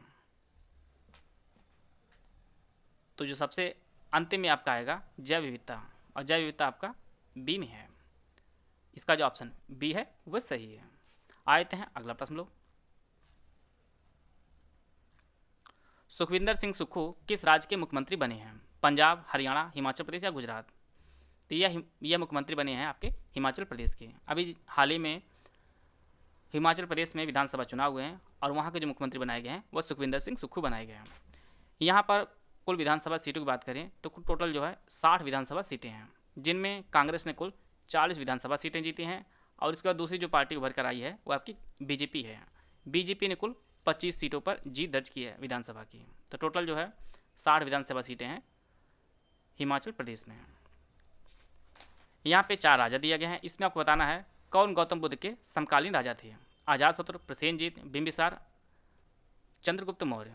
इसके लिए ऑप्शन दिया गया है केवल 1 और 2, केवल 1, 3, 4, केवल 1, 2, 3 या केवल 2 और 3। इसका जो सही आंसर है वो ऑप्शन सी इसका सही आंसर है। अजातशत्रु, प्रसेनजीत और बिंबिसार जो है ये गौतम बुद्ध के समकालीन राजा थे। चंद्रगुप्त का जो शासनकाल रहा है वो लगभग 323 ईसा पूर्व के आसपास जो है इसका शासनकाल रहा है, और गौतम बुद्ध का जो कार्यकाल रहा है, जो समय रहा है, वो आपका 540 ईसा पूर्व के आसपास इनका समय रहा है। बाकी आपके अजातशत्रु, प्रसेनजीत और बिंबिसार जो है ये गौतम बुद्ध के समकालीन राजा थे। तो इसका जो ऑप्शन सी है वह सही है। यहाँ पे 4 भाषाएं दी गई हैं। इसमें आपको बताना है कि भारत में बोले जाने वाली कौन सी जो है तीसरी सबसे प्रमुख भाषा है। सबसे पहले जो प्रमुख भाषा भारत की है, सबसे ज़्यादा जो लोगों द्वारा बोली जाती है आपकी हिंदी है। दूसरे स्थान पर आपका बंगाली है। हिंदी आपका पहले स्थान पर, दूसरे स्थान बंगाली, और तीसरे स्थान पर आपका मराठी है। तो यहाँ पर जो तीसरी पूछी जा रही है तो आपकी मराठी हो जाएगा। इसका जो ऑप्शन ए है वह सही है। आते हैं अगला प्रश्न लोग। यहाँ पर आपको बताना है किसका जो है सही सुमेलन सही नहीं है। प्राथमिक उपभोक्ता पौधे, द्वितीय उपभोक्ता मेढक, तृतीय उपभोक्ता शेर। केवल 2, 3, केवल 3, केवल 1 और 2 या 1, 2 और 3। इसका जो पहला सुमेलन वह गलत है, क्योंकि जो पौधे होते हैं वह प्राथमिक उपभोक्ता नहीं होते हैं, बल्कि वो प्राथमिक उत्पादक होते हैं। पौधे जो है वो प्राथमिक उत्पादक होते हैं। बाकी मेढक जो है यह द्वितीय उपभोक्ता में आता है, शेर आपका तृतीय उपभोक्ता में आता है। तो इस प्रकार जो है इसका जो दूसरा और तीसरा जो सुमेलन है वो आपका सही है। इसका जो ऑप्शन ए है वह सही है। यहाँ पे 4 योजनाएं दी गई हैं। इसमें आपको बताना है कौन सही सुमेलित नहीं है। प्रधानमंत्री उज्ज्वला योजना 1 मई 2016, स्मार्ट सिटी मिशन 25 जून 2015, बेटी बचाओ बेटी पढ़ाओ 22 जनवरी 2015, जन धन योजना 28 अगस्त 2015। तो इसका जो सही आंसर है वो ऑप्शन डी, जन धन योजना जो है भारत में शुरू की गई थी वो 28 अगस्त 2015 नहीं बल्कि 28 अगस्त 2014 को शुरू की गई थी। बाकी सभी सुमेलित हैं।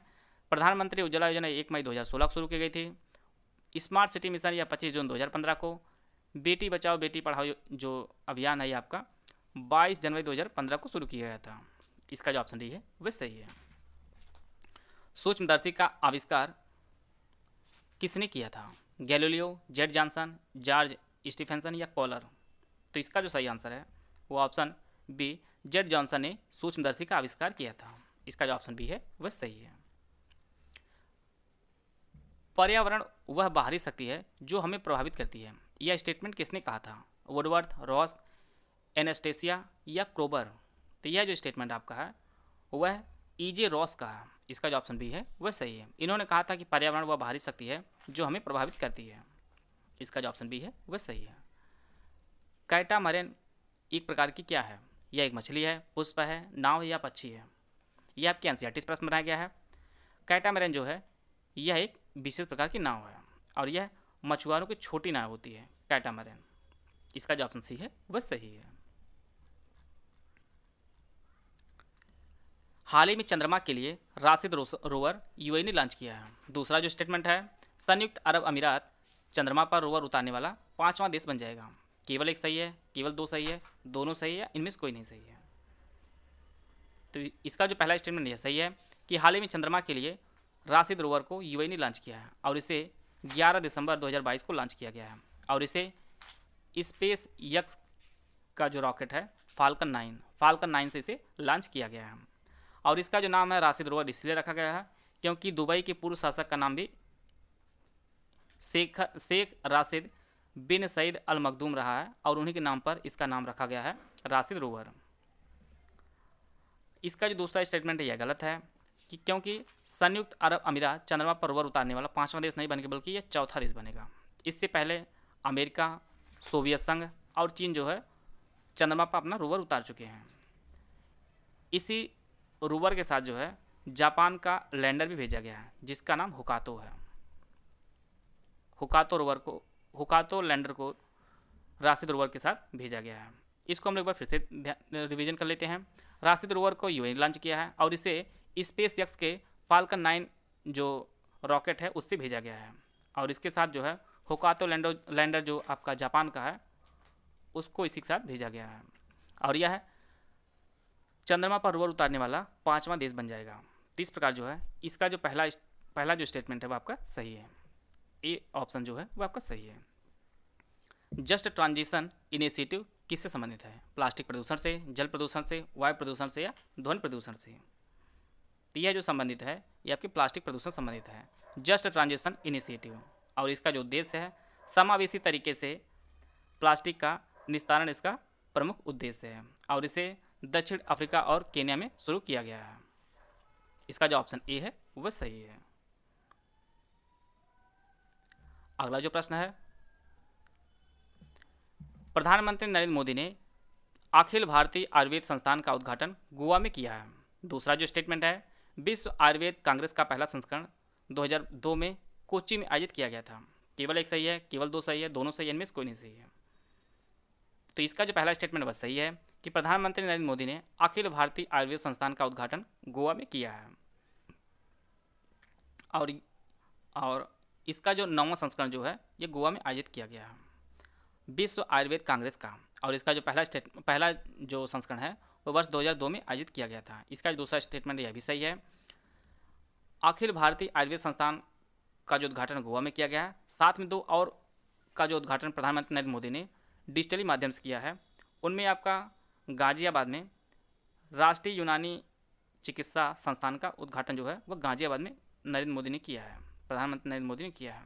और इसी के साथ राष्ट्रीय होम्योपैथी संस्थान का जो उद्घाटन है वह दिल्ली में इन्होंने किया है, दिल्ली में किया है। तो 3 संस्थान का उद्घाटन नरेंद्र मोदी ने किया है। अखिल भारतीय आयुर्वेद संस्थान का जो उद्घाटन है वह गोवा में, दूसरा आपका गाजियाबाद में राष्ट्रीय यूनानी चिकित्सा संस्थान, नई दिल्ली में राष्ट्रीय होम्योपैथी संस्थान का उद्घाटन इन्होंने किया है। और विश्व आयुर्वेद कांग्रेस का 2022 में 9वां संस्करण आयोजित किया गया है। और पहला जो संस्करण है यह केरल के कोच्चि में आयोजित किया गया था वर्ष 2002 में। तो इस प्रकार जो है इसका जो दोनों स्टेटमेंट आपके सही है। आते हैं अगला प्रश्न लोग। यहाँ पे 4 नदियाँ दी गई, इसमें आपको बताना है कौन नदी जो है पश्चिम की ओर बहती है, गंगा, नर्मदा, गोदावरी या यमुना। तो इसका जो सही आंसर है वो ऑप्शन बी, नर्मदा जो नदी है ये पश्चिम की ओर बहती है।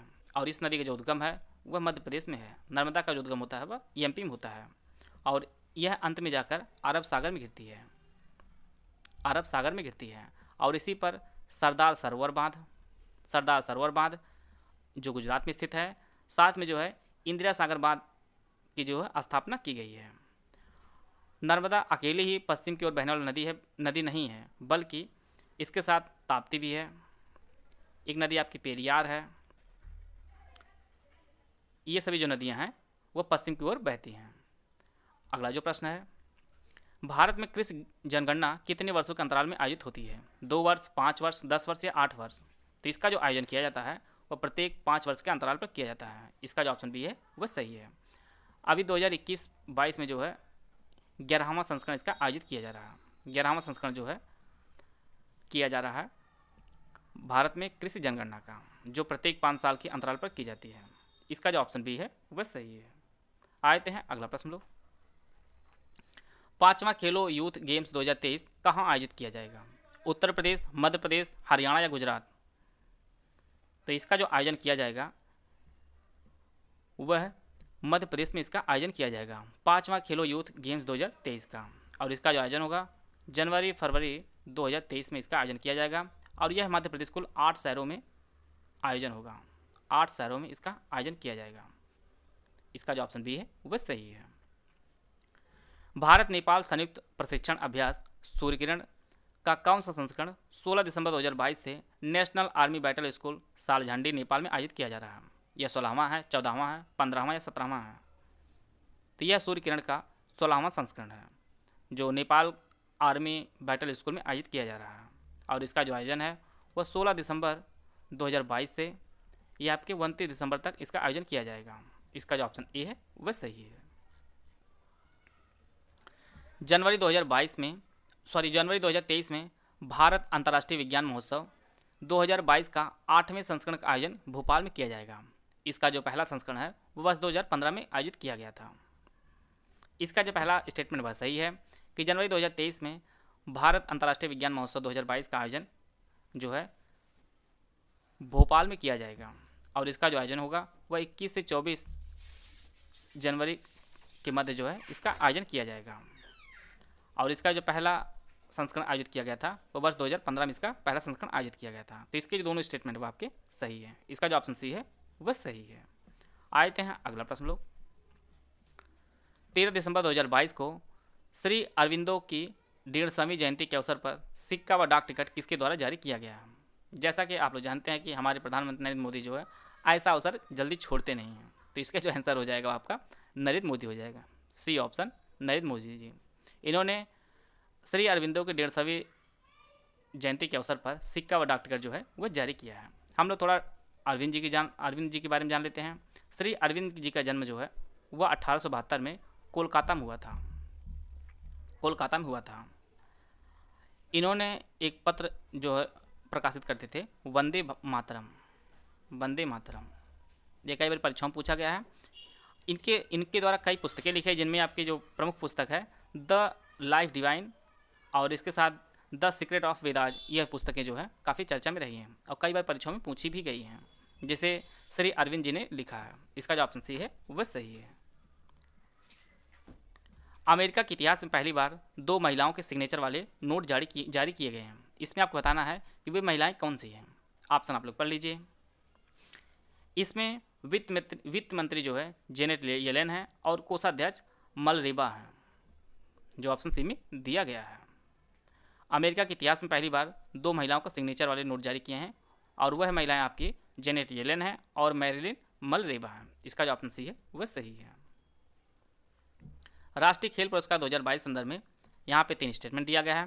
पहला जो स्टेटमेंट है, 2022 में टेबल टेनिस खिलाड़ी शरद कमल अचंत को मेजर ध्यानचंद खेल रत्न अवार्ड दिया गया है। दूसरा जो स्टेटमेंट है, इस वर्ष कुल 25 खिलाड़ियों को अर्जुन पुरस्कार प्रदान किया गया है। खेल रत्न पुरस्कार वर्ष 1991-92 में स्थापित किया गया है। केवल 1 सही है, केवल 2 और 3 सही है, केवल 1 और 2 सही है, या 1, 2 और 3 सही है। तो इसका जो सही आंसर है वो ऑप्शन डी, यह जो तीनों स्टेटमेंट वो आपके सही है। वर्ष 2022 में टेबल टेनिस खिलाड़ी शरद कमल अचंत को मेजर ध्यानचंद खेल रत्न अवार्ड दिया गया है और इस अवार्ड के साथ जो है पुरस्कृत राशि जो दी जाती है आपकी वह 25 लाख रुपये इसकी पुरस्कृत राशि प्रदान की जाती है। इसका जो दूसरा स्टेटमेंट यह भी सही है कि वर्ष 2022 में कुल 25 खिलाड़ियों को अर्जुन पुरस्कार प्रदान किया गया है और इसके तहत जो पुरस्कृत राशि आपकी 15 लाख रुपये है। और अर्जुन पुरस्कार को जो स्थापित किया गया है वह वर्ष 1961 में जो है इसे स्थापित किया गया है अर्जुन पुरस्कार को। और यह जो पुरस्कार प्रदान किए जाते हैं यह युवा कार्यक्रम और खेल मंत्रालय द्वारा यह पुरस्कार प्रदान किए जाते हैं। तीसरा स्टेटमेंट यह भी सही है कि खेल रत्न पुरस्कार वर्ष 1991-92 में स्थापित किया गया है और पहली बार यह जो पुरस्कार है यह शतरंज के जो खिलाड़ी हैं विश्वनाथन आनंद जी को यह पुरस्कार दिया गया था वर्ष 1991-92 के लिए। इसका जो ऑप्शन डी है वह अपना सही है। अगला जो प्रश्न है, वायुमंडलीय दबाव को मापने में किस यंत्र का उपयोग किया जाता है? हाइड्रोमीटर, बैरोमीटर, मैनोमीटर या हाइग्रोमीटर? तो इसका जो सही आंसर है वो ऑप्शन बी, बैरोमीटर का उपयोग किया जाता है वायुमंडलीय दाब को मापने के लिए। इसका जो ऑप्शन बी है वह सही है। अगला जो प्रश्न है, राडार में किसका उपयोग किया जाता है? विद्युत तरंगे, ध्वनि तरंगे, एक्स तरंगे या उपयोग में से कोई नहीं? तो रडार में जो उपयोग किया जाता है आपका विद्युत तरंगों का उपयोग किया जाता है। बार बार परीक्षाओं में रडार का फुल फॉर्म पूछा गया है। तो रडार का जो फुल फॉर्म होता है आपका रेडियो डिटेक्शन एंड रैंकिंग इसका फुल फॉर्म होता है। हाल ही में प्रधानमंत्री नरेंद्र मोदी ने गोवा में मोपा इंटरनेशनल एयरपोर्ट का उद्घाटन किया है। इस एयरपोर्ट का नाम किस दिवंगत नेता के नाम पर रखा गया है? मुलायम सिंह, मनोहर पर्रिकर, अरुण जेटली या सुषमा स्वराज? तो इस एयरपोर्ट का जो नाम रखा जाएगा वो आपका मनोहर पर्रिकर के नाम पर इस एयरपोर्ट का नाम रखा गया है, जिसका उद्घाटन प्रधानमंत्री नरेंद्र मोदी ने गोवा में किया है। इसका जो ऑप्शन बी है वह सही है। आते हैं अगला प्रश्न लोग। हाल ही में प्रकाशित पुस्तक fit at the rate any age a practitioners guide जो पुस्तक है किसने लिखी है? पीवी अय्यर, उत्कर्ष राय, करण बजाज या BKS आयंगर? तो यह जो पुस्तक है यह पीवी अय्यर ने लिखी है। Fit at the rate any age a practitioner guide जो पुस्तक है इन्होंने लिखी है। और पीवी अय्यर जो है यह भारत के पूर्व एयर मार्शल भी रहे हैं। अगला जो प्रश्न है, France Indo Pacific parks partnership के तहत भारत के काजीरंगा परियोजना के लिए तकनीकी और वित्तीय सहायता प्रदान करेगा।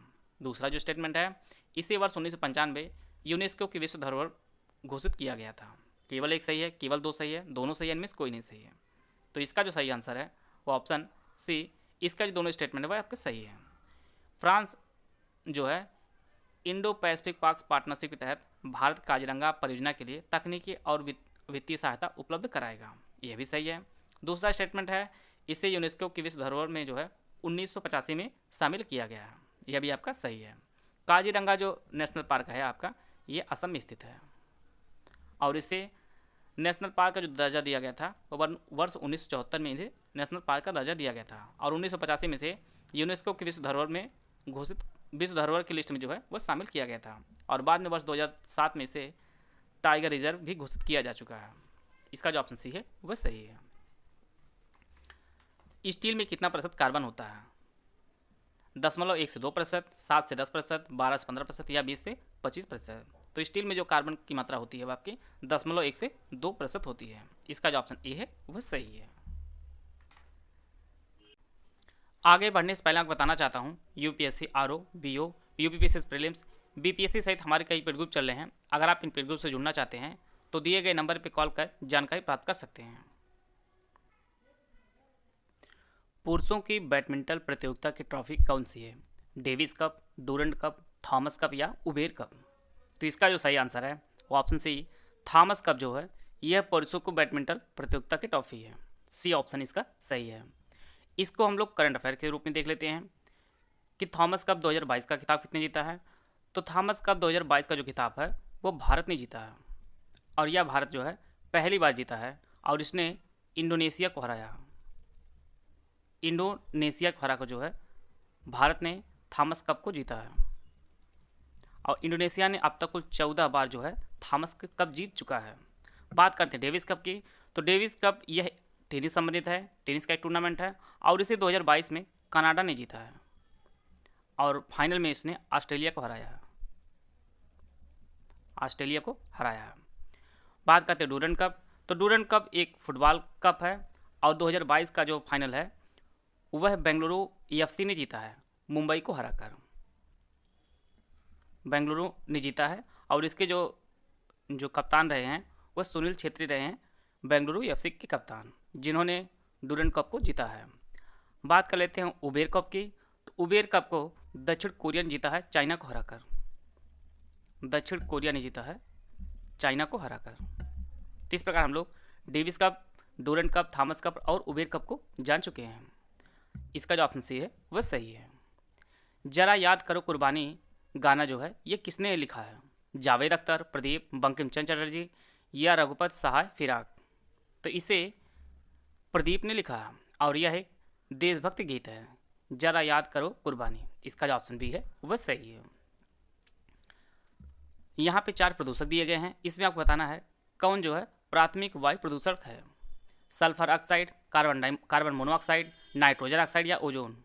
तो इसका जो सही आंसर है ऑप्शन डी, ओजोन जो है यह प्राथमिक प्रदूषक नहीं है बल्कि यह द्वितीयक प्रदूषक है, द्वितीयक वायु प्रदूषक है। बाकी सल्फर ऑक्साइड, कार्बन मोनोऑक्साइड और नाइट्रोजन ऑक्साइड जो है यह सभी प्राथमिक वायु प्रदूषक हैं। इसका जो ऑप्शन डी है वह सही है। यहाँ पे खाद्य श्रृंखला दी गई है, इसमें आपको पहचानना है कौन सा क्रम जो है वह सही है। ऑप्शन आप लोग पढ़ लीजिए। इस खाद्य श्रृंखला में सबसे पहले घास आएगा, फिर टिड्डा आएगा, फिर मेंढक आएगा, फिर सांप आएगा, अंत में आपका बाँझ आएगा। तो इस प्रकार जो है यह ऑप्शन ए में दिया गया है, ऑप्शन ए इसका सही आंसर है। आते हैं अगला प्रश्न लोग। 10 से 12 दिसंबर 2022 तक उत्तर प्रदेश के किस जिले में सुरहाताल पक्षी विहार महोत्सव आयोजित किया गया है? प्रयागराज, बलिया, आजमगढ़ या बरेली? तो इसका जो आयोजन है यह बलिया में आयोजन किया गया है, सुरहाताल पक्षी विहार महोत्सव, और यह आयोजन 10 से 12 दिसंबर 2022 तक किया गया है और इसका उद्घाटन है वह उत्तर प्रदेश के जो परिवहन मंत्री हैं दया शंकर सिंह, उन्होंने इसका उद्घाटन किया है बलिया में। इसका जो ऑप्शन बी है वह सही है। यहाँ पे 4 गैसें दी गई हैं, इसमें आपको बताना है किसकी मात्रा जो है वायुमंडल में सबसे कम है। आर्गन, कार्बन डाइऑक्साइड, नियान या क्रिप्टॉन? इन सभी दिए गए गैसों में जो सबसे कम मात्रा होती है वायुमंडल में वो आपकी क्रिप्टन की होती है। इसका जो ऑप्शन डी है वह सही है। और जैसा कि हम जानते हैं वायुमंडल में सबसे अधिक जो मात्रा होती है वह नाइट्रोजन की होती है, लगभग 78% होती है। ऑक्सीजन की जो मात्रा होती है लगभग 21% होती है। आर्गन की जो मात्रा होती है वह 0.93% होती है। और कार्बन की जो मात्रा होती है वह 0.04% होती है। इन सभी विकल्पों में जो सबसे कम मात्रा पाई जाती है वायुमंडल में वो आपका क्रिप्टॉन होती है। इसका ऑप्शन डी है वह सही है। हिमालय में पाए जाने वाले किस औषधीय पादप प्रजाति को हाल ही में संकटग्रस्त प्रजातियों की IUCN रेड लिस्ट में शामिल किया गया है? यहाँ पे 4 ऑप्शन दिया गया, आप लोग ऑप्शन पढ़ लीजिए। इसका जो सही आंसर है वो ऑप्शन डी, यह जितने भी औषधीय पादप प्रजातियाँ दी गई हैं इन सभी को IUCN रेड लिस्ट में जो है वो शामिल कर लिया गया है। इसका जो ऑप्शन डी है वह सही है और यह सभी हिमालय में पाई जाती हैं। भारत का पहला सुपर कंप्यूटर परम 8000 किस वर्ष में बना है? 1991, 1990, 1995 या 2001? तो इसे बनाया गया है वर्ष 1991 में परम 8000 को, और यह भारत का पहला सुपर कंप्यूटर है। इसका जो ऑप्शन ए है वह सही है। आते हैं अगला प्रश्न लोग। एशिया की सबसे बड़ी रक्षा प्रदर्शन डिफेंस एक्सपो के नाम से जाना जाता है और इसका 12वां जो संस्करण है यह 18 अक्टूबर से 22 अक्टूबर 2022 तक गुजरात की राजधानी गांधीनगर में आयोजन किया गया था इसका, और इसकी थीम पाथ टू प्राइड रखी गई थी। इसमें आपको बताना है कौन सा कथन जो है वो सही है, केवल एक, केवल दो, दोनों या इनमें से कोई नहीं। तो इसका जो सही आंसर है, इसका जो पहला स्टेटमेंट यह सही है कि यह जो है एशिया की सबसे बड़ी रक्षा जो है प्रदर्शनी है और इसे जो है DRDO इसे आयोजित करता है, और इसका जो 12वां संस्करण है यह 18 अक्टूबर से लेकर 22 अक्टूबर तक गुजरात की राजधानी गांधीनगर में इसका आयोजन किया गया है। इससे पहले जो 11वां जो संस्करण आयोजित किया गया था वह लखनऊ में आयोजित किया गया था, 11वां संस्करण, और इसकी जो थीम रखी गई थी वो पाथ टू प्राइड इसकी थीम रखी गई थी। इस प्रकार जो है दोनों जो स्टेटमेंट यहाँ पे दिए गए हैं वो दोनों सही हैं। इसका जो ऑप्शन सी है वह सही है। आते हैं अगला प्रश्न लोग। चीतों को भारत से किस वर्ष विलुप्त घोषित कर दिया गया था? 1940, 1992, 1968 या 1972? तो इसका जो सही आंसर है वो ऑप्शन बी 1992 में चीतों को भारत से विलुप्त घोषित कर दिया गया था। और जैसा कि आप लोग सुने होंगे न्यूज़ों के माध्यम से कि वर्ष 2022 में ही 8 जो है नामीबिया से चीते लाए गए हैं, नामीबिया से चीते लाए गए हैं जिन्हें भारत से 1992 में विलुप्त घोषित कर दिया गया है। और इन 8 चीतों को मध्य प्रदेश में जो है कोनो नेशनल पार्क है वहाँ पे रखा गया है, कोनो नेशनल पार्क है उसमें वहाँ पर रखा गया है, और इनके देख रेख के लिए जो है प्रोजेक्ट चीता जो है वो शुरू किया गया है, भारत सरकार द्वारा प्रोजेक्ट चीता शुरू किया गया है, और इसे 17 सितंबर को लाया गया है भारत नामीबिया से, और इनकी जो संख्या है आपकी 8 है, और इसे मध्य प्रदेश के कोनो नेशनल पार्क में रखा गया है। भारतीय मूर्तिकला का जन्म स्थान उत्तर प्रदेश का कौन सा जिला कहलाता है? मेरठ, मथुरा, अयोध्या या प्रयागराज? तो इसका जो सही आंसर है वो ऑप्शन बी, मथुरा को जो है भारतीय मूर्तिकला का जन्म स्थान माना जाता है। इसका जो बी ऑप्शन है वह सही है। 17वां प्रवासी भारतीय दिवस जनवरी 2023 में किस शहर में आयोजित किया जाएगा? पुणे, अहमदाबाद, इंदौर या नई दिल्ली? तो इसका जो आयोजन है वह इंदौर में किया जाएगा। 17वां प्रवासी भारतीय दिवस ये आपके जनवरी 2023 में इसका आयोजन इंदौर में किया जाएगा, और इसका जो पिछला संस्करण है वो वर्ष 2019 में यह वाराणसी में किया गया था, वाराणसी में किया गया था। जैसा कि हम लोग जानते हैं कि प्रवासी दिवस गांधी जी 9 जनवरी 1915 में दक्षिण अफ्रीका से भारत आए थे, और उन्हीं के जो है सम्मान में प्रत्येक 2 वर्ष में जो है एक बार प्रवासी भारतीय दिवस मनाया जाता है। पिछला बार वाराणसी मनाया गया था और अगली बार जो मनाया जाने वाला है आपका इंदौर मनाया जाएगा। इसका जो ऑप्शन सी है वह सही है। विश्व स्वास्थ्य संगठन की ईद 2025 पहल किस पर आधारित है? पोलियो उन्मूलन, मलेरिया उन्मूलन, टीबी उन्मूलन या इनमें से कोई नहीं? तो ईद 2025 जो पहल है ये आपके मलेरिया उन्मूलन संबंधित है। इसका जो ऑप्शन बी है वह सही है, और इसे WHO ने शुरू किया है, और इसके तहत कुल 25 देशों को 2025 तक मलेरिया मुक्त करना इसका लक्ष्य रखा गया है। बात कर लेते हैं हम लोग विश्व स्वास्थ्य संगठन की। विश्व स्वास्थ्य संगठन की जो स्थापना हुई है वह 7 अप्रैल 1948 को इसकी स्थापना की गई है, और इसके जो वर्तमान जो महानिदेशक हैं वह टेड्रोस एडहानोम जो है इसके महानिदेशक हैं और वह है आपके इथोपिया के हैं। विश्व स्वास्थ्य संगठन का जो मुख्यालय आपका वह जिनेवा में स्थित है, जिनेवा में स्थित है। आते हैं अगला प्रश्न लोग। राष्ट्रीय राजधानी क्षेत्र जिसे एनसीआर नाम से जाना जाता है, इसमें उत्तर प्रदेश को कितने जिले शामिल हैं? 5, 8, 9 या 7? तो इसका जो सही आंसर है ऑप्शन बी, कुल 8 जिले शामिल हैं एनसीआर में उत्तर प्रदेश के। इन जिलों में आपका मेरठ है, गाजियाबाद है, गौतम बुद्ध नगर है, बुलंदशहर है, हापुड़, बागपत, शामली और मुजफ्फरनगर। टोटल जो है 8 जिले हैं उत्तर प्रदेश के एनसीआर में शामिल। एनसीआर का जो कुल क्षेत्रफल है वो 55,083 वर्ग किलोमीटर है। 55,083 वर्ग किलोमीटर जो है वह एनसीआर का क्षेत्रफल है। इनमें आपका दिल्ली, राजस्थान, हरियाणा और उत्तर प्रदेश के ज़िले जो है शामिल हैं। अगर प्रश्न इस प्रकार से पूछता कि एनसीआर में सबसे ज़िले जो है किस राज्य के हैं, तो सबसे अधिक जो ज़िले हैं आपके वह हरियाणा के हैं। राजस्थान के 2 हैं, हरियाणा के 14 हैं, यूपी के कुल 8 ज़िले शामिल हैं एनसीआर में। यह आपका एनसीआर है, एनसीआर का यह एनसीआर का आपका मैप है। और ये आपका यूपी है, ये हरियाणा है, ये आपका राजस्थान है और ये पूरा जो क्षेत्रफल है यहाँ पे जो दिखाया गया है ये आपका एनसीआर है। इसमें 8 जो डिस्ट्रिक्ट हैं वो आपके यूपी के हैं। आते हैं अगला प्रश्न लोग। उत्तर प्रदेश में जैव प्रौद्योगिकी पार्क कहाँ स्थित है? कानपुर, वाराणसी, नोएडा या लखनऊ? तो यह आपका स्थित है लखनऊ में। जैव प्रौद्योगिकी पार्क ये आपके लखनऊ में स्थित है। निम्नलिखित में से किस देश की सीमा काला सागर से लगती है? यहाँ पे 5 देश दिया गया है, तुर्की, उज्बेकिस्तान, रोमानिया, बेलारूस और यूक्रेन। ऑप्शन आप लोग पढ़ लीजिए। काला सागर की जो सीमा है यह रोमानिया, बुल्गारिया, यूक्रेन, रूस, जॉर्जिया और तुर्की से लगती है। तो यहाँ पे ऑप्शन में आपका तुर्की मिला है, रोमानिया मिला है और यूक्रेन है। 1, 3, 5, 1, 3, 5 आपके ऑप्शन बी में दिया गया है। इसका जो ऑप्शन बी है वह सही है। आपको आसानी समझ में आए, यहाँ पे मैप का प्रयोग किया गया है। यह आपका काला सागर है। काला सागर ये आपकी तुर्की सीमा है, बुल्गारिया है, जॉर्जिया है, यूक्रेन है और ये जो क्षेत्र आपका वह रूस है और ये आपका रोमानिया है। इन सभी जो सीमा जो है वह काला सागर से साझा करती है। बेलारूस और उज्बेकिस्तान जो है इसे साझा नहीं करती हैं। इस प्रकार जो इसका जो ऑप्शन बी है वह सही है। आते हैं अगला प्रश्न लोग। मुरादाबाद की स्थापना कब हुई थी? 1605, 1602, 1600 या 1610? तो मुरादाबाद की जो स्थापना हुई है वो वर्ष 1600 में हुई है। इसका जो ऑप्शन सी है वह सही है। और इसकी जो स्थापना है वह शाहजहाँ के पुत्र मुराद ने इसकी स्थापना की है। और जैसा कि हम लोग जानते हैं इसे पीतल नगरी के नाम से भी जाना जाता है। पीतल नगरी के नाम से भी जाना जाता है।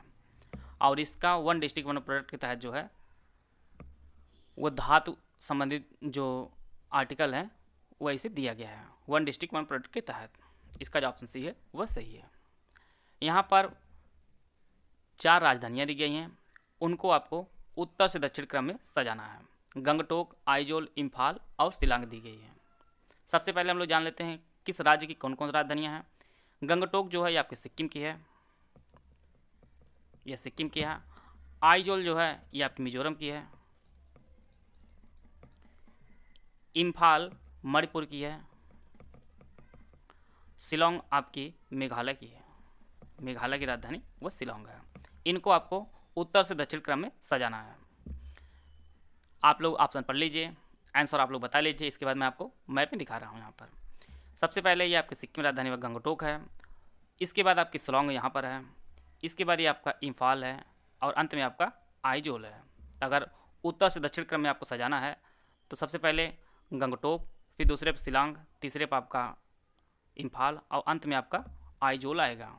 तो अंत में जो चौथे स्थान पर आएगा वो ऑप्शन डी में वहाँ पे दिया गया है। सबसे पहले गंगटोक, इसके बाद आइजोल, तीसरे पर इम्फाल और अंत में आपका शिलोंग आएगा। तो ऑप्शन डी में ये ऑप्शन दिया गया है, इसलिए डी ऑप्शन इसका सही है। वांगला किस राज्य में आयोजित किया जाता है? मेघालय, असम, त्रिपुरा या तमिलनाडु? तो इसका जो आयोजन किया जाता है वह मेघालय में किया जाता है। वांगला जो महोत्सव है ये मेघालय में आयोजित होता है और इसे गारो समुदाय जो है आयोजित करता है। और यह नवंबर माह में जो है फसल कटाई के समय इसका आयोजन किया जाता है, वांगला उत्सव का। बुग्याल घास के मैदान किस क्षेत्र में पाए जाते हैं? वृहद हिमालय, मध्य हिमालय, ट्रांस हिमालय या शिवालिक? तो यह पाए जाते हैं यह जो है मध्य हिमालय में पाए जाते हैं। बुग्याल घास के मैदान, और यह विशेष रूप से उत्तराखंड में पाए जाते हैं। विशेष रूप से उत्तराखंड पाए जाते हैं और यह मध्य हिमालय का क्षेत्र आता है इसके तहत। आते हैं अगला प्रश्न लोग। उत्तर प्रदेश में परीक्षा बांध किस नदी पर बनाया गया है? शारदा, चंबल, बेतवा या घाघरा? तो इसे बनाया गया है बेतवा नदी पर। परीक्षा बांध बेतवा नदी पर है। इसका जो ऑप्शन सी है वह सही है। थोड़ा सा हम लोग जान लेते हैं बेतवा नदी के बारे में। बेतवा नदी जो है यह यूपी और एमपी में जो है प्रवाहित होती है और यह है यमुना की जो है वह सहायक नदी है। बेतवा जो है यमुना की सहायक नदी है और बेतवा नदी पर ही राजघाट बांध और माता टीला बांध स्थित है। बेतवा नदी पर ही। अगला जो प्रश्न है, भारत ने क्योटो प्रोटोकॉल पर हस्ताक्षर कब किया है? 2001, 2002, 2010 या 2009? भारत ने जो है क्योटो प्रोटोकॉल पर जो हस्ताक्षर किया है वह 2002 में किया है और क्योटो प्रोटोकॉल जो अपनाया गया था वह वर्ष 1997 में अपनाया गया था क्योटो प्रोटोकॉल। और यह एक ऐसा समझौता है जिसका उद्देश्य कार्बन डाइऑक्साइड के उत्सर्जन और ग्रीन हाउस गैसों को कम करना इसका उद्देश्य रखा गया था और भारत ने इस पर वर्ष 2002 में साइन किया था। इसका जो ऑप्शन बी है वह सही है। यहाँ पे कौन सा जोड़ा जो है सही सुमिलित नहीं हुआ आपको पहचानना है। कोलोरू झील आंध्र प्रदेश, गोविंद वल्लभ पंत सागर उत्तराखंड, हुसैन सागर तेलंगाना, हाफलोंग झील असम। तो इसका जो सही आंसर है वो ऑप्शन बी, गोविंद वल्लभ पंत सागर जो है यह उत्तराखंड में नहीं है बल्कि यह यूपी में है और यह भारत की सबसे बड़ी कृत्रिम झील है और यह उत्तर प्रदेश के सोनभद्र जिले में स्थित है और रिहन बांध जो है वह इसी के पास बनाया गया है। इसका जो ऑप्शन बी है वह सही है। यहाँ पे 4 राजवंश दिए गए हैं, उसके संदर्भ में यहाँ पे आपको पहचानना है कौन सही सुमिलित नहीं है। मामलुक वंश 1206 से 1290, खिलजी वंश 1290 से 1320, तुगलक वंश 1320 से 1414 और लोधी वंश 1415 से लेकर 1526। तो इसका जो सही आंसर है वो ऑप्शन डी, लोधी वंश का जो शासन था वह 1415 से 1526 नहीं था बल्कि 1451 से लेकर 1526 था। बाकी सभी सुमिलित हैं। मामलुक वंश का जो शासनकाल था वो 1206 से 1290, खिलजी वंश का 1290 से 1320, तुगलक वंश का शासन 1320 से 1414 ईस्वी तक रहा है। यहीं पर हम लोग कुछ फैक्ट और जान लेते हैं। जैसा कि हम लोग जानते हैं सल्तनत काल में कुल 5 राजवंश आए हैं। इनमें आपका गुलाम वंश, खिलजी वंश, तुगलक वंश, सैयद वंश और लोधी वंश, टोटल 5 राजवंश आए हैं। प्रश्न बार बार पूछता है कि सबसे ज़्यादा शासनकाल किस राजवंश का रहा? तो सबसे ज़्यादा जो शासनकाल रहा है वो आपका तुगलक वंश का रहा और इन्होंने कुल 94 वर्ष का जो है शासनकाल किया है। और यही पूछता सबसे कम शासन किस राजवंश का रहा? तो आपका खिलजी का रहा। खिलजी का जो शासनकाल रहा है वो वर्ष 30 वर्ष का रहा जो सभी 5 राजवंशों में सबसे कम रहा है। आते हैं अगला प्रश्न लोग। आईएसएफआर 2021 के अनुसार कितने राज्यों के केंद्रशासित प्रदेशों में भौगोलिक क्षेत्र का 33% से अधिक वनावरण है? 15, 17, 13 या 21? तो इसका जो सही आंसर है वो ऑप्शन बी, कुल 17 राज्यों एवं केंद्रशासित प्रदेशों में भौगोलिक क्षेत्र का 33% से अधिक जो है वह वनावरण है। अगर क्षेत्रफल में देखा जाए तो सबसे अधिक जो वनावरण है वह आपका एमपी में है, इसके बाद अरुणाचल प्रदेश में है और इसके बाद आपका छत्तीसगढ़ में है। अगर परसेंटेज वाइज देखा जाए तो सबसे अधिक जो वनावरण है वो आपका मिजोरम में है, दूसरे स्थान पर आपका अरुणाचल प्रदेश में है और तीसरे स्थान पर आपका मेघालय में है। इन सभी फैक्ट को आप लोग नोट कर लीजिएगा। आते हैं अगला प्रश्न लोग। ये आपके एप्टीट्यूड सेक्शन प्रश्न बनाया गया है। किसी सांकेतिक भाषा में वर्बल को SBNXVG हो तो उसी सांकेतिक भाषा में मॉडर्न को क्या लिखा जाएगा? आप लोग ऑप्शन पढ़ लीजिए। यहाँ पर आप लोग देख पा रहे होंगे यह आपका 22 है, 5, 18, 2, 1 और 12 यहाँ पे लिखा है। इसका कोड होता है, आप लोग याद किए होंगे। इनमें आपको देख पा रहे होंगे कि यहाँ पर यस का आपका 19 होता है, बी का 2, एन 14, यक्स का 24 हो जाएगा, वी का 22 हो जाएगा और जी का यहाँ पर 7 हो जाएगा। तो यहाँ पर आप लोग देख पा रहे होंगे 3 घट रहा पहले में, तो 3 हम लोग इसमें घटा देंगे। यम आपका 13 होता है, ओ 15, डी 4, ई 5, 18 ये आपका हो जाएगा और ये आपका 14 हो जाएगा। तो 3 घट रहा है, तो 13 में से 3 घटा देंगे हम लोग, 10 आ जाएगा, तो आपका जी आ जाएगा। फिर दूसरे में क्या हो रहा है, 5 से 2 हो रहा था, 3 घट रहा है, 3 हम यहाँ से घटा देंगे, 15 में से 3 घटा देंगे, आपका 12 हो जाएगा, यल हो जाएगा। इसके बाद 18 के बाद ये आपका 14 हो जा रहा है, तो 4 कम हो रहा है, तो हम लोग यहाँ से भी कम कर देंगे। तो यहाँ पर डी में से 4 घटा देंगे, आपका जड आ जाएगा। और यल जे जड एक इसमें है और जे यल जड जो है ए और सी में दिया गया है। इसके बाद ए, यहाँ पर ए के बाद यहाँ पर आपको 24 दिया गया है, सॉरी 22 दिया गया है। यहाँ पर कितना 5 घट रहा है, तो वही हम लोग यहाँ पर घटा देंगे, 18 में से 5 घटा देंगे तो आपका 13 आ जाएगा। और 13 कितने का होता है, यम का होता है। तो इस प्रकार जो है इसका जो ऑप्शन सी है वह सही हो जाएगा। 126 का सी ऑप्शन इसका सही हो जाएगा, जे एल जड ए एम आई हो जाएगा। अगला जो है, यदि किसी सांकेतिक भाषा में सन का code R T T V M हो तो उसी सांकेतिक भाषा में जग का कोड क्या होगा। तो यहाँ पर हम लोग देख पा रहे होंगे, ये आपका 19 है, ये आपका 21 है और 14 है। यहाँ पर एक कम करना है और एक बढ़ाना है, यहाँ पर लिखा गया है। उसी प्रकार से हम यहाँ पर लिख लेते हैं, ये आपका 10 है, ये आपका 21 है और ये आपका 7 है। एक कम एक ज़्यादा कर लेंगे तो आपका 9 हो जाएगा, 11 हो जाएगा। इसी प्रकार से ये 20 और 22 हो जाएगा और यहाँ पर 8 और 10 हो जाएगा। तो यह कोड हो जाएगा और इसका जो कोड मिल रहा है आपका वो ऑप्शन ए में मिल रहा है। इसका जो ऑप्शन ए है वह सही है। आते हैं अगला प्रश्न लोग। एक व्यक्ति 4 किलोमीटर ठीक उत्तर में जाता है, फिर 6 किलोमीटर पूर्व में जाता है, फिर 4 किलोमीटर उत्तर में जाता है। आपको बताना है वह अपने स्थान से कितना दूर पर है। सबसे पहले वह उत्तर दिशा में जाता है 4 किलोमीटर, फिर इसके बाद पूर्व की दिशा में 6 किलोमीटर जाता है, ये आपका 6 किलोमीटर हो गया। फिर इसके बाद उत्तर में 4 किलोमीटर जाता है, ये आपका 4 किलोमीटर है। इसका जो डिज़ाइन बनेगा कुछ इस प्रकार का बन जाएगा। यह जो दूरी है वह दूरी आपकी इधर भी बन जाएगी और यह आपका हो जाएगा, यह 4 4 8 हो जाएगा। यह आपका हमें निकालना क्या है, ये आपका 6 हो जाएगा, हमें यही दूरी निकालनी होगी। तो आप जानते हैं यह ट्रिपलेट बन गया। अगर 6 4 है तो दोनों निकालेंगे हम लोग, इसको मान लीजिए ए बी सी निकालेंगे, हमें ए सी निकालना है। तो ए सी बराबर हो जाएगा √4 के स्क्वायर प्लस 6 के स्क्वायर और यह 36 और सॉरी ये 4 4 8 हो जाएगा। यहाँ पर ये 4 दोनों जुड़ जाएगा, यह 4 4 8 हो जाएगा। तो 8 का आपका 64 हो जाएगा प्लस 6 6 36 हो जाएगा आपका, और ये अंडर रूट से तो ये आपका 100 हो जाएगा अंडर रूट में, और आपका ये 10 आ जाएगा। तो दूरी जो होगी आपकी वो 10 किलोमीटर आ जाएगी। इसका जो ऑप्शन डी है वह सही है। आते हैं अगला प्रश्न लोग। एक व्यक्ति को और इशारा करते हुए एक आदमी ने एक औरत से कहा, तुम्हारे पिता की इकलौती पुत्री इसकी माता है। वह औरत उस व्यक्ति से किस प्रकार संबंधित है, पुत्री, बहन, माता या बुआ। तो इसका जो सही आंसर है वो ऑप्शन सी, वह जो है इसकी माता होगी। इसका जो ऑप्शन सी है वह सही है। अगला जो प्रश्न है, ए बी की माँ है, सी ए की पुत्र है, डी ई का भाई है, ई बी की पुत्री है। बताइए कि ई की नानी कौन है, ए बी सी या डी।